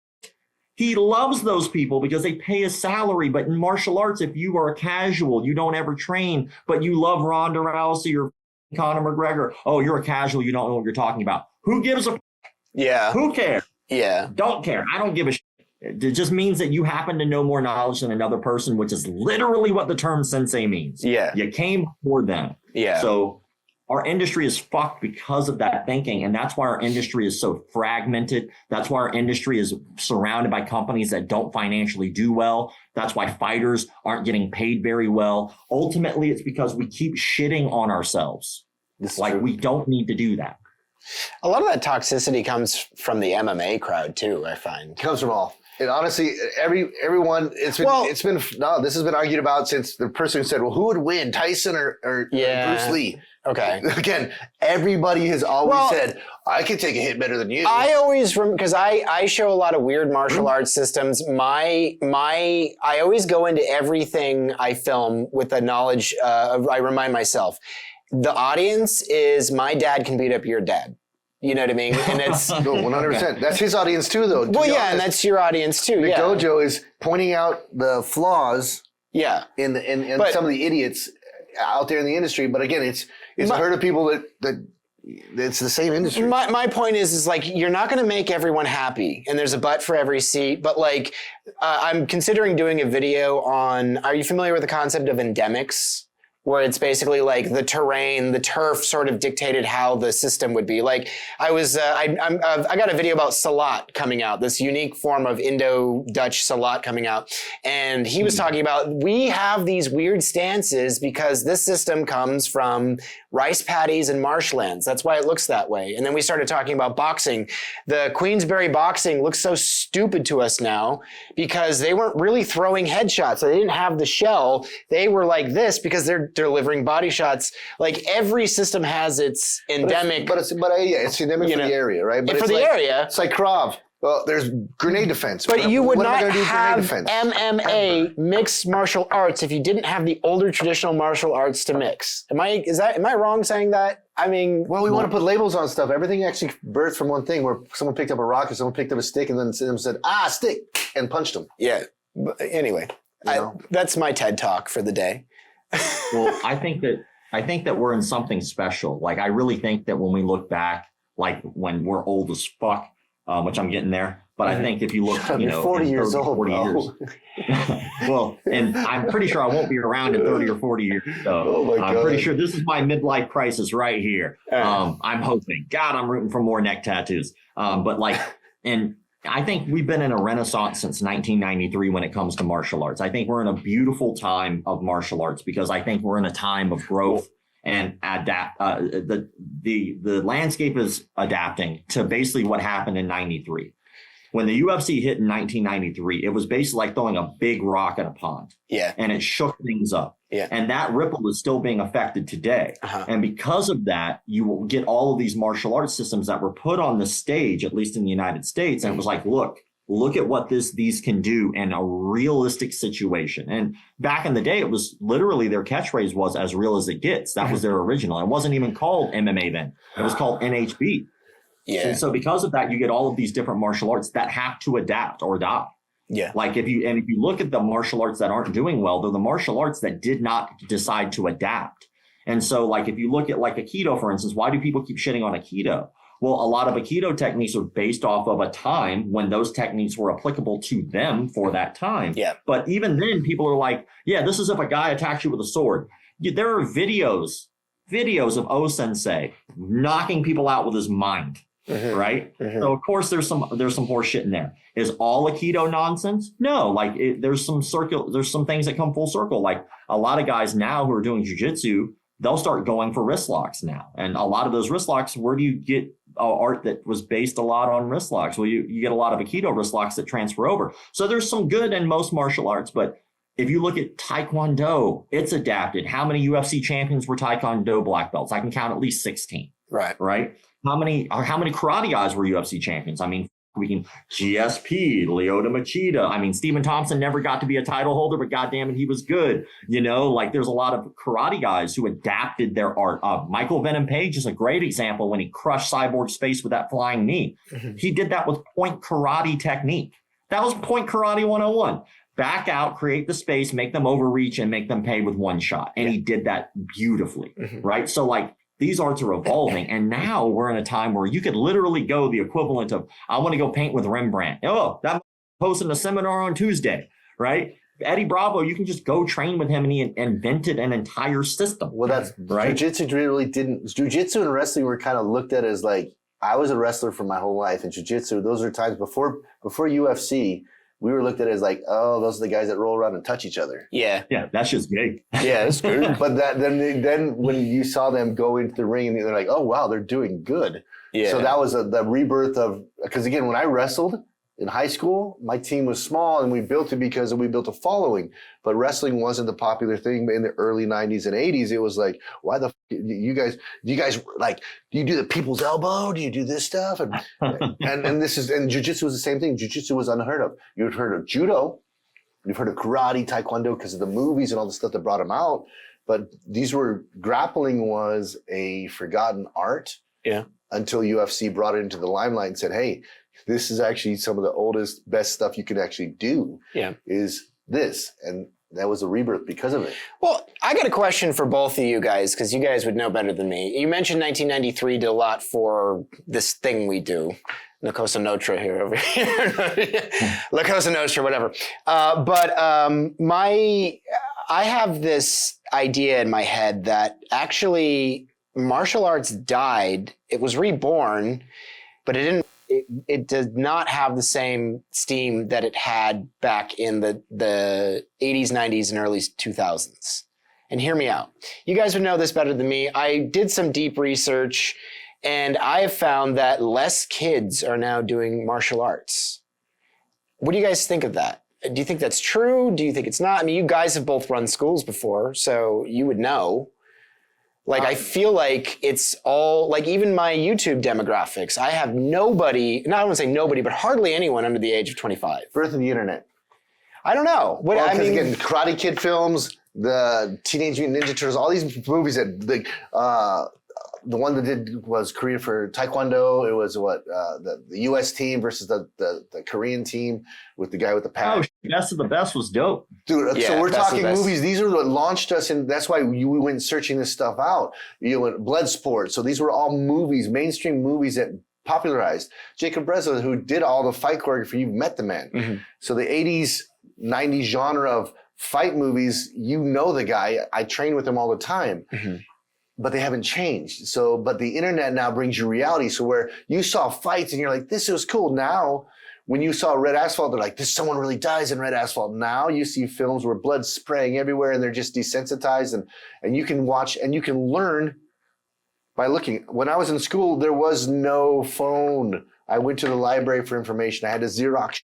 There's so much information available to you now that they all think they're badasses. That's you have these backyard guys that don't go in and train or don't want to commit because they want it now. And then when they get tired, they quit. No, my point is that you go to a lot of gyms, open mats, like you see a lot of adults. You know what I mean? Like because kids don't want to do it. Yeah, you don't see as many kids. And well, the thing is there's a downstream effect to that. Not only are people having less kids now, but like I say like in 20, 30 years, like our thing, and this is important to you too, Rob, because you're a content creator, like our thing is aging out. Am I wrong? Well, we're getting softer. So you disagree? Why? Well, what you're saying about like the death of the action star is very valid, mm-hmm. right? Like that is true. That is the issue. It's not like it's dying. It's just we haven't gotten back to that phase in martial arts again. Like when it comes to like martial arts and fitness, right? When Billy Blanks was doing Tai Bo, fitness and martial arts blows up. Everybody wants to do Tai Bo. It becomes a huge thing in the United States, right? Why? Because there are three things that wind up making martial arts work. These are the same three numbers that wind up making your martial arts school work. Lead generation, conversion, retention. Lead generation is your advertising. That's your barrier to entry. That's when somebody sees the movie, they see the TV show, they see the action star, and they go, you know what? They see the advertising for your martial arts school and go, I want to do that. Then they decide they're going to contact you. Then they're going to try a trial class, whether it be paid or free. Then they go into your facility. Now it's your job to convert them. You have to get them to sign up for martial arts. And then finally, you have to keep them there, which is your retention rate, right? Right now, when it comes to lead generation for martial arts as a whole, our lead generation when we were growing up was the Ninja Turtles, was the Power Rangers, was Karate Kid, right? We don't have those right now, but whenever that happens again, whenever there is a new Karate Kid or a new Power Rangers or a new martial arts based thing, then you'll see kids' rates start to blow up again. I don't think that it's died. I just think it's in a lull. And just like a martial arts studio, if you look at the way that retention rates are, they come up, they go down. During summertime, them motherfuckers drop off a cliff. Unless you do like a summer camp. So why are the kids leaving? It's not because they don't like martial arts, but it's because the parents don't want to pay because they're also having to pay for summer camp and the kids are not in school and that's just expensive. But then what happens when school starts? They go right the back up. So like right now, we're in that summer camp period time of martial arts for kids, but it will go back up. We just need the lead generator or the kids program or the show or the movie that makes kids give a fuck again, right? Like I say, you always saw in the older movies, you had their backstory to what they learned. Like even if you took Bloodsport, you saw him learn. They told you the specific style. He went there, then he had to compete and defend that style. In No Retreat, No Surrender, same thing. You saw their lineage. You saw, oh, that is this crime. Now we've got Fast and the Furious. They drive a car. Yeah. You know, I mean, you make a good point. That's a good point. Like when I was a kid, do you remember a thing called Aesop's Fables? Yep. Yeah. So Aesop's Fables, right? And they were like, they were stories that gave you some type of something that you learned based off the story, right? And then somewhere along the line, they were like, that's racist. And then you stop getting those types of stories, which I think ultimately you should have those types of stories without the racist undertones. But those stories are what you were getting with like you were saying, like what best of the best, right? It was about persevering. It was about pushing hard. It was about all the supplemental things that you get with martial arts. And when people are only seeing violence and they're not seeing the hard work, the dedication, and like what we talked about earlier, MMA is mixed martial arts. Yeah. A lot of those guys have gotten belts from other individual martial arts, and through perseverance, through having to bust their ass and being persistent and learning a lot along the way, because you have to survive. That's the secret sauce of martial arts. And that's the beauty of that honesty we talked about before. When you don't have anything on a platform to show those things off, why would you ever put your kids in there? Like, you want to put your kids in something you feel that they're going to get something, a benefit out of other than breaking skulls. It has to have a story. Well, again, you have to have their backstory. Look at even Conan. Right? Yeah. Conan, you saw him as a kid working hard, then he goes, you see him fighting, then he becomes Conan, you know? Crush your enemies. We had this formula back for old movies that you saw them evolve through something, through the hard work and dedication of something. Nowadays, you just see they tell a blip story. This moment in time, you're going to have the car run through. You guys are going to start shooting. They don't build character. John Wick, how did John Wick you only saw John Wick start some of John Wick's development in the later films like Ballerina and stuff like that, where they started talking about how he became what he was and what he actually went through. John Wick just started killing people with a pencil. Yeah. You know? Yeah.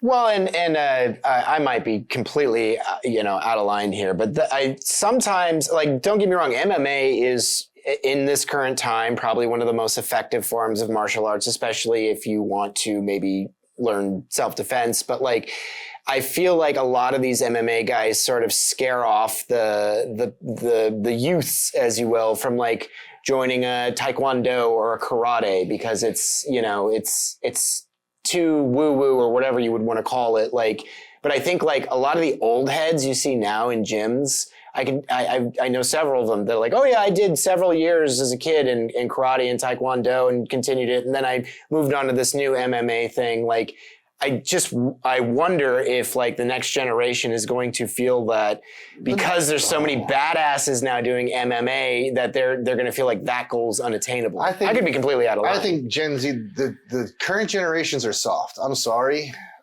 Because you won't let us fight in bars. My nephew, I love my daughter to death. I love my nephew. I love my family. I love but you poke them, stop touching me. Where I was a kid, my dad's holding my head trying to punch my dad. And my dad's like, haha, that's funny. Yeah. Because we were built differently, born differently. We like that interaction now. My cousin my nephew can tell me all about computer stuff. He's freaking brilliant. Yeah. But he doesn't. I've watched him go into martial arts and then 6 months later stop because it wasn't his thing. My daughter's trained Krav Maga, and now she holds a black belt, a junior black belt, and she's a blue belt level for the adults, level 4. But because I'm not pushing her, she's not doing it. She's off in college. She's like, no. And I say, and at a gym, a recognized professional lady boxer there said, hey, I heard you're in town. I want to do a women's self-defense thing. Will you teach it? She offered her a job. Yeah. No, not my thing. It's just there are, in those generations, there are the kids that will go out there and ride the bike and jump over a car. But most of them aren't those kids anymore. Most of them won't drink from the hose. Well, so, okay, final point on this is, do you guys think our thing is doomed? No. Doomed to die off? I think it's going to cycle, just like he said. You're going to find... The Jedis are dying off. No, you don't think so? Yoda will pop back up. Yoda will pop. Well, we got 2 Yodas here, so... I'm not a Yoda, dude. I'm just somebody who does this. So I was looking to try to get a building for a headquarters for McDojoLife. That didn't pan out, but you have to do a lot of research when you're looking into trying to start something like that. And it's a shitload of work to try to figure out if this will even work or not. And so one thing that I found, I hired a company to run statistics for me to find out how financially viable this would be. And they found that 3 industries were on the highest uptick, and they all happened to work within the business that I was trying to make. Now, I was hoping they would tell me I was stupid because that would have saved me a lot of money to try. But they told me that the 3 businesses or companies are careers that were on the uptick. Owning an event center, or actually it was on the uptick, because a lot of people are looking for things to do, and ultimately, people are online a lot more, so they're looking to go do a thing, right? So event centers were on the uptick. They said sports equipment was on the uptick. Because obviously we're still coming off of the tail end of COVID. So a lot of people were stuck in their house for 2 years. So when they got out, they started wanting to do physical activities and get out of their home. And a lot of people are working from home now. So the only way that they're actually even able to get outside is to go find these extracurricular activities. And then the last one they said was martial arts in general was on the uptick. And as a matter of fact, there was a country that just labeled jiu-jitsu as their #1 sport. Okay. If you look at Mo Jassim, he's the guy who at least ran ADCC. I think he still works at a high level with ADCC. He was able to fill the T-Mobile Arena for their ADCC in Vegas. T-Mobile Arena for jiu-jitsu alone. That's not including all other martial arts. I don't think that it's dying. I think that it's growing, but I think it's pivoting to more an adult. That's what I'm saying. Environment. I'm here in the now. If you look at a lot of the concerts that come out now, you'll see the #1 performers right now are people in. I assume you're just about a millennial. I'm a millennial. They're in that millennial, early Xer age range, disposable income. Yeah, because they have right now. We have the disposable income. I'm saying I'm down the road in 20 years, what's this look like? And who cares? But it kind of, I kind of care. The pendulum swings back the other way. I think the pendulum swings back the other way. I think we'll wind up getting a lot less adults, because ultimately what's going to wind up happening in my mind, and I foresee this happening, is 1 or 2 things is going to happen. And I really hate that this is probably a fact. Ultimately, with the amount of people, and this is going to sound like a stretch, but this is where I think that it's going. With the amount of people who are being abused and assaulted in the martial arts space, especially when it comes to kids being abused, eventually what's going to happen is 1 or 2 things. A third party is going to come out and actually start regulating martial arts, or the government will do it. The government has already tried to do it and been successful in certain states. If you've ever heard of the diaphragm bill was something passed in New York where police officers are not allowed to put pressure on the assailant's diaphragm when apprehending them. No mount, no side control, no knee on belly, no bear hug from the front or the back. All completely not allowed now because of some knee-jerk legislation, which is horseshit, right? And ultimately, if we don't do something about that, why would you ever put your kids in an environment where there's a potential that there is no background check and your child could be potentially abused? If we don't put some kind of checks and balances in there, you're not going to see a bunch of kids come in there, but ultimately it will get regulated. And then you're going to wind up seeing that on an uptick again. we need to do something in terms of how we're going to present this to the world. Because as of right now, what we're presenting to the world is the most popular shit, which is it legitimate? Does it work on the street? And kids don't necessarily need that shit to work on the street. Yeah. You know, the weird thing is, in Europe, it is regulated by the government. Oh, they have certification. They have things they have to apply for. But again, they're weird. They close down. they close down just in the summertime. They close. There's no martial arts gym open. They all go on vacation. They do their thing, but they are regulated and they do have to get certification for that. And I know when I opened my gym, because we wanted to teach kids, we had to go through the fingerprinting process and through the whole background check, and all my staffers went through the background check and did that stuff. I think it's not a bad thing. It's a good thing that you actually know who's teaching your kids. Oh, of course. So and then you can make your own decision, right? Like, because I believe that everybody has some kind of a past or a history, right? And a lot of people use martial arts to better themselves. So if somebody has like an assault and battery charge when they were 18, they're 45 years old now, they're a martial arts instructor, that's their only charge. To me, I call that on the job training. They kind of gotten some experience, right? But if they a kid and they're hiding that from the public, like the public should have a right to know where they're putting their child or their money or themselves. I think that's at least fair in our industry. And I think that if we don't do it for ourselves and start setting that standard, just best believe the government will do it. And once they do, they will overreach. It won't just be that one thing that they're going to ask. Yeah, and they'll create bottlenecks, and it'll be harder to start new gyms. And exactly. Yeah. Well, okay. I see what you're saying. I just think culturally speaking, it's on like you and me as content creators, and you know what, even you too, because you're teaching in my videos. Like, we got to create another Ninja Turtles. You know what I mean? We got to. Well, the neat part is you got to get the kids back in. You got to give them some reason to. Well, but again, so you guys are now both content creators, right? But you now look at your audiences now. They went from long form, where you went, now they all like short form, 2-minute videos at most. So I want more information. It's very rarely do you see people going to a long form setup. So how do you guys convey that information? I mean, he's got a successful platform because, again, of what he's doing, it allows for a short form. Only when he's then taking apart a school and showing the true flaws in what they're doing wrong would he go to a long form. He's actually got a better setup than you got because he's able to cherry pick, this is a funny video, right? It's harder to do instructional stuff. And this is where COVID changed everything. I've been telling Fred and all these guys, you need to do an online setup to where you can start teaching online. And all these old masters like, you're so full of shit, Cliff. This will never work. You're so wrong. And I'm like, no, I'm not. And this is back in early 2000. I'm like, we need to have a talk. We need to do this. And I told Doug Marcaida and I told all these guys, this is where you need to be. Nobody will ever do it. Lo and behold, COVID comes. I'm making phone calls. Hey guys, you know, it'd be wonderful if we had online classes. They're like, shut the up, Cliff. I'm like, you know, it'd be amazing. We could be online teaching right now, and we still have students and we still have a gym. Yeah. They're like, shut the up, Cliff, because I was like, we need to do this. This is where it's going.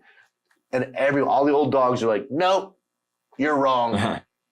Yeah. Well, I think you made a good observation. Like, if Gordon Ryan is probably one of the better examples because he's one of those dudes that shows his receipts for people who were buying his instructionals and shit. And for a while there, I guess he stopped doing it because maybe the money isn't the same. But for a while there, like each month he would be like, this is how much money I made selling my instructionals. And it was like an astronomical figure he was making a month on his instructionals because, you know, the information is basically just us assimilating information.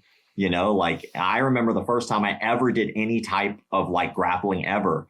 There was a set of 8 videos by a guy named Nick Starks. And it was like an old school VHS. It was like Nick Starks submission series. And it taught me nothing about jujitsu, but it taught me a whole bunch of submissions.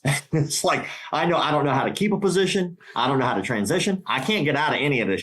But I know like how to do a rear naked choke or how to do like an arm bar. And it taught very well. But like, you know, back in the day, VHS instructionals were kind of a big deal. Yes. And then people just fucking forgot that we keep that going with technology, you know? Yeah. Taibo did it. The gym that I learned Krav Maga at, the one that you started at, started as a Taibo gym back in the 80s and 90s. Oh, that's funny. That's what he did. He taught Taibo. Yeah. But it's taking the information and making it available. And that's where we're losing those pieces from people, is that connection, right? Mm-hmm. People can get it now faster than ever. The videos are there. They learn those pieces. But it's nice because now the guy in backwoods Oklahoma that doesn't have a school within 50 miles of him or 100 miles of him, so he can now get information and learn it. Or the guy in the Gobi Desert can pick up his phone now with Starlink, and he can be like, oh, I want to learn some Salat moves, and he can pick up videos and stuff. So we're in an information age now that if you don't recognize those pieces and you start fitting your needs, you're going to get passed over. Right. So AI is going to make it possible, but now with Starlink coming out where you can now talk to anybody on the planet anywhere. Yeah.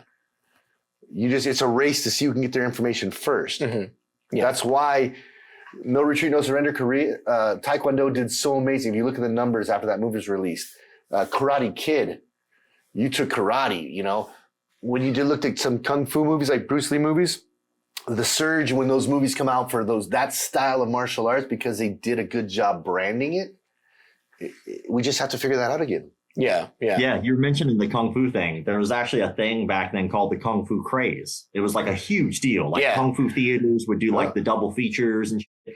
But that even affected legislation, because there was a bunch of states, which is weird, because I think there still might be one, maybe two states where this is still true, but they made nunchucks illegal in many states because of how many fucking people were watching Kung Fu movies. Yeah. California, they're illegal. You can only have the trainers. Yeah. Speaking of nunchucks, wow, I would love to have you, either I go there, you come down here. I'd love to do a video on nunchuck training, because I know you are a black belt in, what's the form again? It's called Lissa Jodo. It's like based off of it was a French physicist who discovered that sound travels in waves. Okay, I figured it was French. Basically, if you take those waves and you put them up over the human body, they actually map out the way that your body moves. Okay. Which is wild, but it's one of those weird phenomenon. But when it comes down to it, it's a weapon system. Mm-hmm. So it's not really just the nunchucks, but we started with nunchucks because it was one of those weapons that would just bite you back. Yeah. So like if you fucked that up, like you would hit yourself, or you mess it up. If you didn't hit 100% correctly on a bag, the nunchuck would whip back and hit you in the hand. Mm-hmm. And so it was just fun to learn. And for me, I let this go for so long. And then out of nowhere, when I started gi jujitsu, my fingers were getting jacked, man. Like people breaking grips, your fingers getting caught in the gi, like broken fingers, and like really just joints being like oddly misshapen. I picked up nunchucks again for like giggles. And I was like, let's just play with these one day. And I noticed that it was actually helping my dexterity again in my hands, because my hands started cramped up. And I was like, oh, like this is actually just a training tool for me. So nunchucks are the most useless weapon on the goddamn planet. Nobody's going to sit by that guy on the bus. You're never going to find a random pair of nunchucks to defend yourself with. I do believe that it's just a good training tool, and it's fun. Yeah, I think my audience would definitely be interested in seeing, from that perspective, especially. You want to hear it funny? One of my buddies used to do repo, right? Tall, skinny beanpole of a guy, no real muscle, nothing. But he carried a pair of chrome nunchucks. Really? And his theory was, no one's going to mess with me because I look crazy enough to chrome nunchuck. He would twirl them around a little bit. He didn't know how to use them, but he carried chrome nunchucks when he was doing repos. That's great. Just to scare people. And I was like, you're stupid. He's like, no, think about it. Think about it. And you're like, that's a dumb idea. I was like, it's like carrying a pistol with no ammo. Yeah. He's going to club you with it. Yeah. So also, speaking of creating culture, you're still working on your documentary. Have you talked about that a lot on podcasts or in public? Not really. So like I've talked about like wanting to get it done for years, because we went through like the bullshit of COVID. So like when we first started, the first idea was basically, I've never done anything with McDojoLife unless the audience asked me to. Yeah. So like I didn't get my logo until somebody was like, hey dude, you should make a t-shirt. I'd wear it. And I hated the logo that I had, which was like made by a fan. Mm-hmm. And just like to be nice to the fan, that was like our logo. Mm-hmm. And then they were like, well, I'd never wear it. When they asked for a t-shirt, I was like, I'd never wear that. So like I actually put some thought, time, effort, and energy into making the logo. And then I started making apparel because people asked me to. Mm-hmm. Then it's been the same over the years. And then someone was like, you should do this as a show. It would make a good show. And I was like, actually, it wouldn't be a bad idea for a show to like expose these frauds in person, especially everybody loves that shit now on the internet where people are like roasting as they should be called out. So I was like, let's try that. The day I had the idea was the day I announced I was going to do the documentary.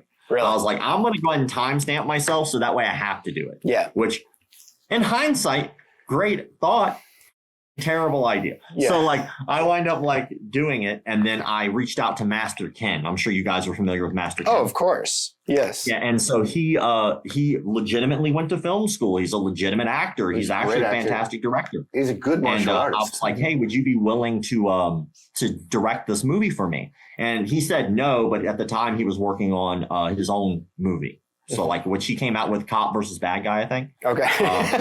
He was doing that. It's the ultimate Ken title, by the way. Such a good idea, Cop versus Bad Guy. So he did that movie, and while he was doing that, I reached out to the guys I had worked with called Vodo Studios.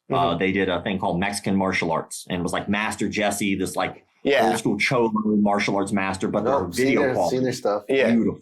Seen their stuff. And I was like, dude, I would love to work with y'all, and they were like, absolutely. So it took us about 3 months from that conversation to us knowing how we were going to do the tiers, you know, like when you give away stuff for like donations, like when you crowdfund. Then we released it after 3 months. Then we did it during one of his like live things during a Conor McGregor fight, because he used to have like these huge live videos that he would do. And so then we were able to crowdfund for another 90 days. Because Indiegogo only allows you to crowdfund for 90 days. Our original budget was $200K. We only raised $20K. Okay. For 2 reasons, because fuck these people. One was a dude who literally ripped people off. He like literally took their money and disappeared. He was going to do a movie, and this was like a year before. I had no idea this had happened, but it came up. So like he was going to do a documentary about all the red belts who were actually alive in jiu-jitsu, like the most highest up, which I think there was only like maybe 7. Right. And so he took all these people's money and just disappeared, never to be heard from again. And people are like, this is just like that. I'm like, no, the fuck it's not. I don't even know that guy. Like, I didn't even know that happened. How could you blame me for his shit? Yeah. But anyway, that was a problem. And then another guy took a bunch of my content, and he was riding this wave because we were having like celebrities shout this out. We had like Kelly Slater shout it out. We had like Sean Patrick Flannery shout it out. We had a bunch of people who were like shouting out this as a crowdfund. Well, this guy saw that. He put together like a YouTube video, which is like 30 minutes, called it a documentary on fake martial arts. And that link was getting slammed everywhere. And it literally still had my logo and everything. Wow. And like, I could have sued this guy, but ultimately he's helping share the message that I want to share, which is like, people need to be aware of these problems. Yeah. So it's like a catch-22. I was like, you could say that video, I think, is still up. I think it got like 7 million views. Okay. Like, imagine if we had $1 for every one of those, the type of documentary or docu-series we could have done. Yeah. And so like he does this YouTube video. So people are like, why should I pay you? It's free right here. Like, bitch, that's a YouTube video. It's not a docu anyway. Yeah. I was pissed. So we raised $20,000, and we were like, well, what do we do with that? That's like not even a fraction of what we really needed. And so the production crew was like, we'll do it for free. Okay. And they were like, just give us that $20K, and whatever's over, which was a lot, we'll do it for free. And so we filmed for 30 days on $20,000 budget, which anybody who knows film is like, we would have burned through that in the first day. Yep. So we wind up filming, but it was like a month before we're supposed to film, which is like a year into this process now, right? Because it's a long process to get to that point. So after the concept and the crowdfunding, and it's like 3 months later, now we can actually film. COVID hits a month before we're supposed to film. And so basically it just shuts everything down because we don't want to film in mass, and we don't want to have to like date the film. Yeah. So the restrictions lasted about 2 years. If anybody remembers, it was supposed to be 2 months to curb. It was not. Yeah. It was 2 years of bullshit. So finally, the restrictions eased up in California, where their studio was in Fresno.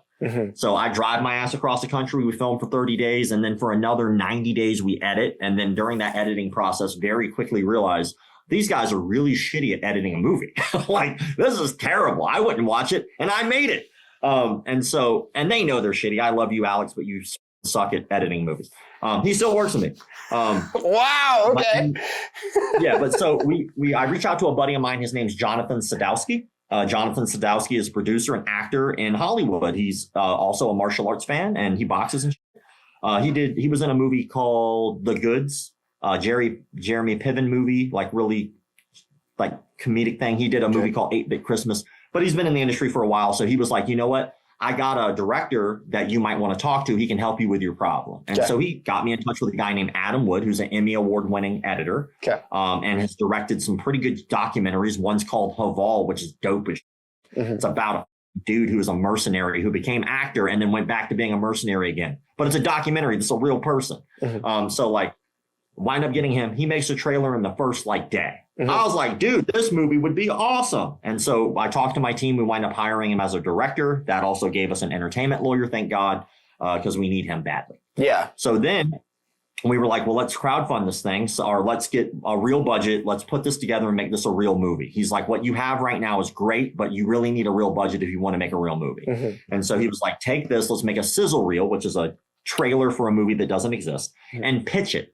So we pitched it to Hulu, we pitched it to Amazon, and Hulu said no, but Amazon was like, we like the idea, but we want you to have one centralized bad guy. We were like, okay, well, we can do that. So we have to go back to the drawing board, redo all of our pitch decks, redo all of our materials to make one bad guy, right?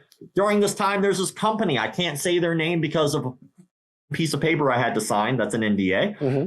But that company decides, hey, we're going to give you the full ride for your budget for what you want, which our budget at the time was $783,000 to make the movie we wanted, which meant we were going to go to Indonesia, go to China, go to Japan, and confront these cults in person, right? And that was cost a little bit of money to do that, right? So they were like, we'll give you the full ride. We love it. We have the conversation, and they only want to have the conversation with me and Alex, which at the time was the production studio I started with.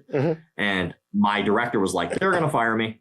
I was like, why do you say that? He's like, because they don't want me in the meeting. And I was like, okay. So I had the conversation with them. They were like, we only want people involved who actually own the IP, which I was the only one who owned the IP.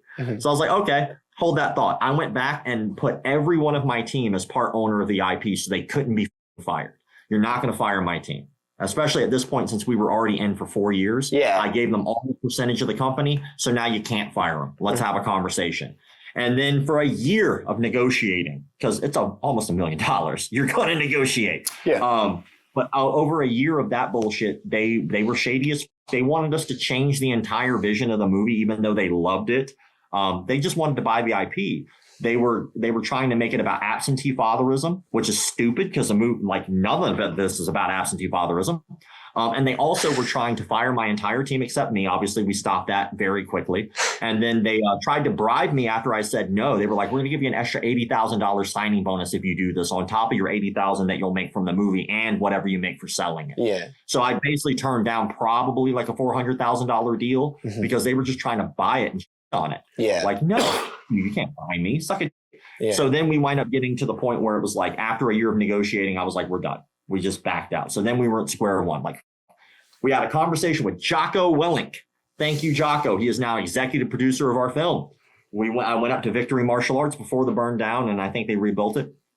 Talked to him for 2.5 hours, which we thought we only were going to get 30 minutes. 2.5 hours we talked about this shit, and my team is like, let's just let him sit on it. I was like, fuck you, I'm going to ask him. So I looked at him, I was like, do you want to be a part of this? He's like, absolutely. Shook my hand, looked me in the eye, and he has not wavered since, even though it's taken so long to get it across the finish line. So he came on board. Then I moved to California. I'm like, you know what? Shit or get off the pot, Tom. I'm coming out here. We're going to film with the money that we have, which was not the full budget, but we'll film. So I come out 2 weeks ago. One of the guys who's on the board of directors for Academy Safe, I'm the vice president of this damn company. The movie comes up in conversation. I didn't realize he didn't even hear about this. He was like, hey, let's hop on a phone call. He becomes an executive producer. He winds up getting another buddy. That guy's like, yeah, I love it. He becomes an executive producer. And now we are 100% fully funded independently. We went from having almost no money to like in the matter of like the week I've been out here to fully funded like that. And so I had my first pre-production meeting Friday. And now we start filming in January to finish with the footage that we already shot, which we have some really good. And then we were able to finish the documentary now after 5 years of the grind and a lot of no's. That's the problem with the Hollywood system right now is you are one producer away from completely gutting your original plan and like your concept. And I was about to, I didn't realize you went full independent. Like what's the distribution going to be? Are you going to release it on YouTube? That depends. So distribution like there's more than one way to skin a cat, right? So like ultimately what you would like is you'd like to approach like an Amazon and say, hey, like we have this concept, and they go, we love the concept. We'll fund it 100%, but we're going to have creative control of your project. Yeah. And it's like, oh, that's cool. The perk about being independent is you can make your vision how you want. Uh-huh. The bad part about independent is you are going to make your vision how you want on your own. Yep. You don't have somebody who's been there, done that. You have to put together your own team. You have to curate and hope that your vision's good enough to hold weight. Mm-hmm. So like for distribution, we're going to finish the film and then we're going to make a decision for distribution during that time. Okay. Now we are backed up by UTA. So United Talent Agency, it's like one of the top talent agencies in the world. They love the concept, but just to be fair, I'm not going to shit on UTA yet. But to be fair, we have to do a lot on our own, right? So like they will help you get it across the finish line, but they're not really going to do anything as an agent for you unless you're like a top dog, unless you're going to make them a lot of money. Yeah. So like there are not a lot of people in that industry who are like, yeah, this is a good concept. I hope it makes me money. They're like, no, this better be a sure thing, and I better get a good return to put any time or effort into you. Which, to be fair, they did get us a meeting with Hulu. They did get us a meeting with Amazon Prime or Amazon. They did get us a couple meetings here and there. So can't shit on them too much. Those are hard meetings to get. So I say do it yourself. I say go fully independent. And I know it's going to take longer to get it across the finish line, but in the end, it'll be worth it. The journey, everything you learn, and just having creative control and full rights to the IP. Spiritual fullness. Well, spiritual, sure, but like, but that's the other thing is like, you know, he wants a paycheck. But you want to get it to a point where like they're forced to come to you. You know what I mean? Like that's the way. We're on a good path. Like now that we have 100% of the funding, we are doing an independent, which is great. So we don't have anybody telling us what we can and can't do. Yeah.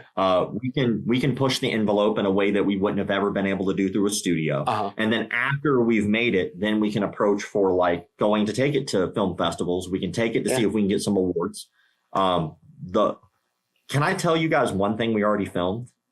Please. So like, can you? I can because I own it.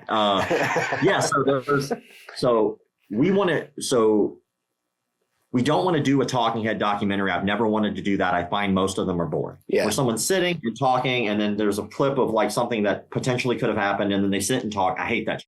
So like, we are doing an on-the-road style documentary where we're going to these places and we're challenging these people and we're actually like having them come to us, and like this is a full experiment, right?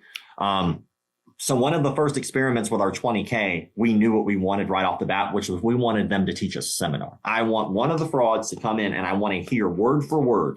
No, like, oh, you misunderstood. None of that bullshit. I want to hear exactly what they have to say, and the floor is open to questions. So we did. We hired a guy who was direct lineage under a guy named Evan Pantazzi. So everybody knows who George Dillman is. George Dillman is a very famous, very large, rotund man who believes he can knock people out with cheat. Yes. Yeah, I remember that guy. I know that guy. Mm-hmm. Underneath him is, and there was a very good bit that they did. National Geographic did one where they went to George Dillman and was like, could you show us chi? And then he sent one of his lackeys under him and was like, he couldn't knock out the producer. And he's like explaining, well, you see, his big toe was up or his tongue was in the roof of his mouth. And that's why it didn't work, right? Well, you have George Dillman, top dog fraud. Underneath him, you have a guy named Evan Pantazzi who also believes the same horseshit. Uh-huh. George Dillman was going to give Evan Pantazzi an 8th degree black belt. Evan Pantazzi, when he goes to get it, says, you know what? I quit. I'll start my own organization, right? So he did. So you have Dillman Karate International, and then you have Kyosho International, which is Evan Pantazzi's. He decides he's going to be the top dog. So then he has students or instructors under him, and we got one of those instructors, one of his top instructors. He winds up coming out, and the only gym that we could get on such short notice for the budget that we had was a gym in Compton. And it's a checkmat in Compton. So like you have a strip mall in the shadiest part of town. Yeah. And behind that strip mall is another strip mall where the actual thing is. And behind that is an alleyway that is probably where crack is sold. And on the GPS, that's where the dot is. So like when you GPS where to go, it drops you off in this random alley next to the gym, not the actual gym. So we got this guy to come out, and we set it up. We told him we were filming, and we were telling him, hey, we're filming a documentary about different martial arts that we find very fascinating. We find yours very fascinating. Would you mind coming out, teaching a seminar and allowing us to film? All of that is very true. And he was like, yeah, okay, I don't mind. So he comes out and I wind up getting 15 different martial artists. It was supposed to be 16. 15 different martial arts of various backgrounds and degrees. We had like a 6'5" capoeira dude who was like jacked. I was like, that dude doesn't do capoeira. He was a massive dude.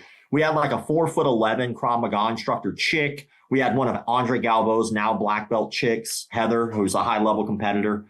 We had like the Gambit, right? We had a guy who did high school wrestling, right? And then he hadn't trained in like 15 years. And because we had an odd number, we had to pull a guy off a camera. And the guy who we pulled off the camera worked out great because he's never trained martial arts a day in his life. So now we have at least one person who's never trained. So we run the gambit. I was like, this is beautiful. Everybody shows up an hour early. I give them the spiel. I say, look, for the first hour of this guy's seminar, out of a 2-hour seminar, I want you to go with everything he says. Don't talk back. Don't pretend the shit doesn't work. If it doesn't work, pretend it does. But you go with everything he says because we're filming. But you're going to get a water break at that halfway mark. Once you come back off of that, I want you to go ahead and just be yourself. I'm not going to tell you how to act. I'm not going to tell you what to say. I'm not going to stifle you. Be yourself in this situation. And that was what they were looking forward to.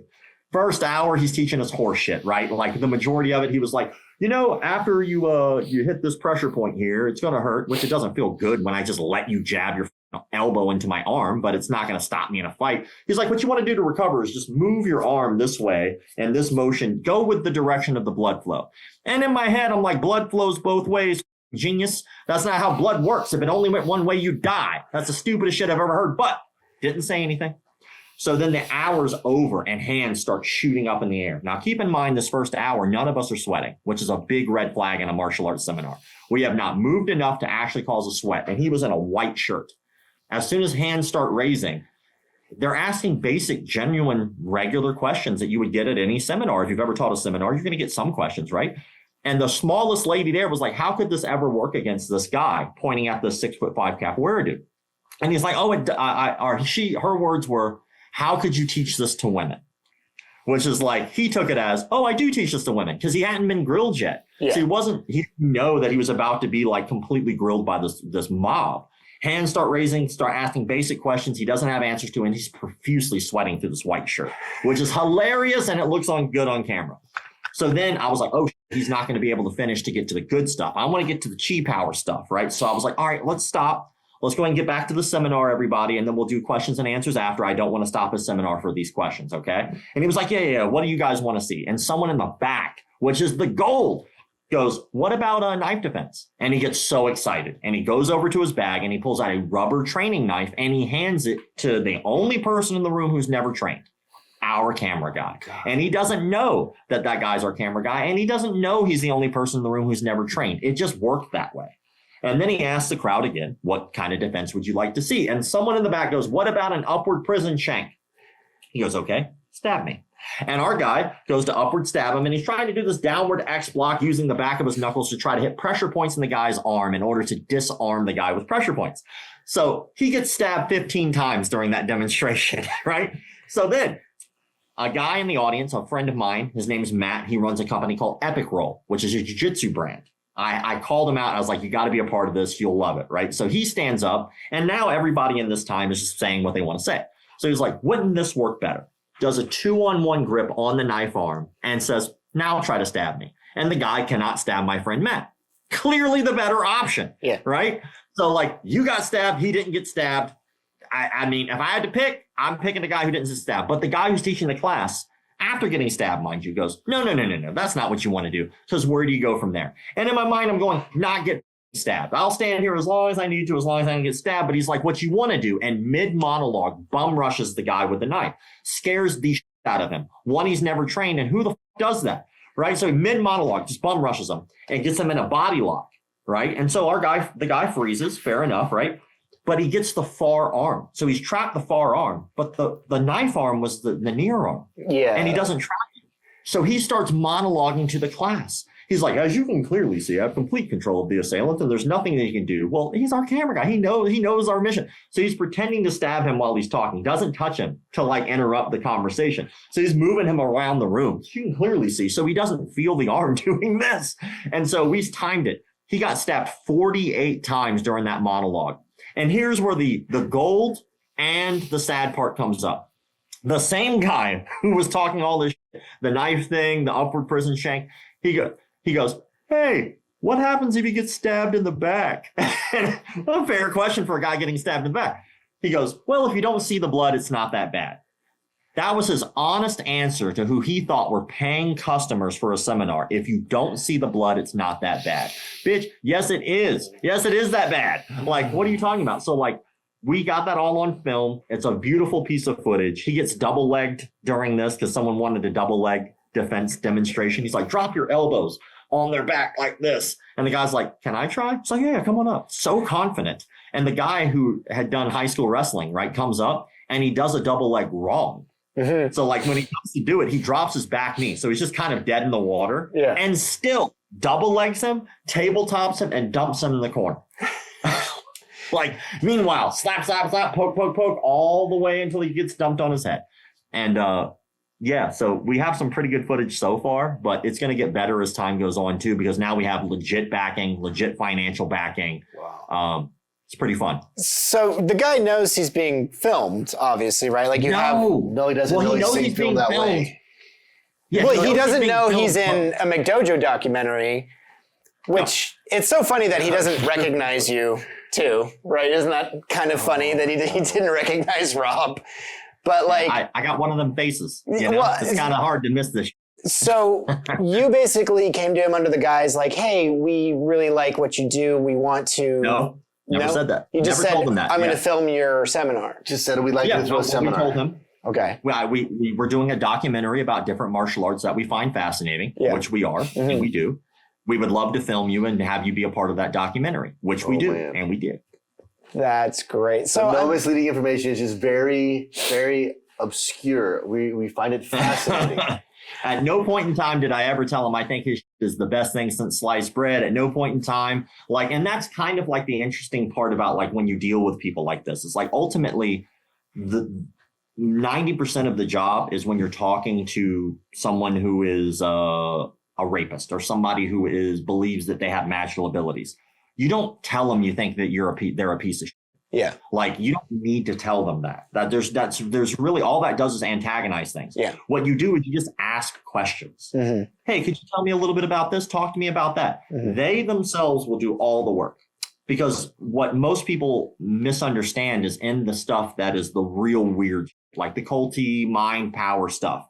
People think that those guys are just kind of playing or pretending, and some of them are, but some of them really believe it. So like when they talk to you about the death touch, or they talk to you with such like vigor about like the ability to push people with chi, you have to remember they themselves had an instructor who took the time to brainwash them into believing they have magical abilities. Somewhere in there, they understand that it's a scam, but some of these people don't. And that's the sad part.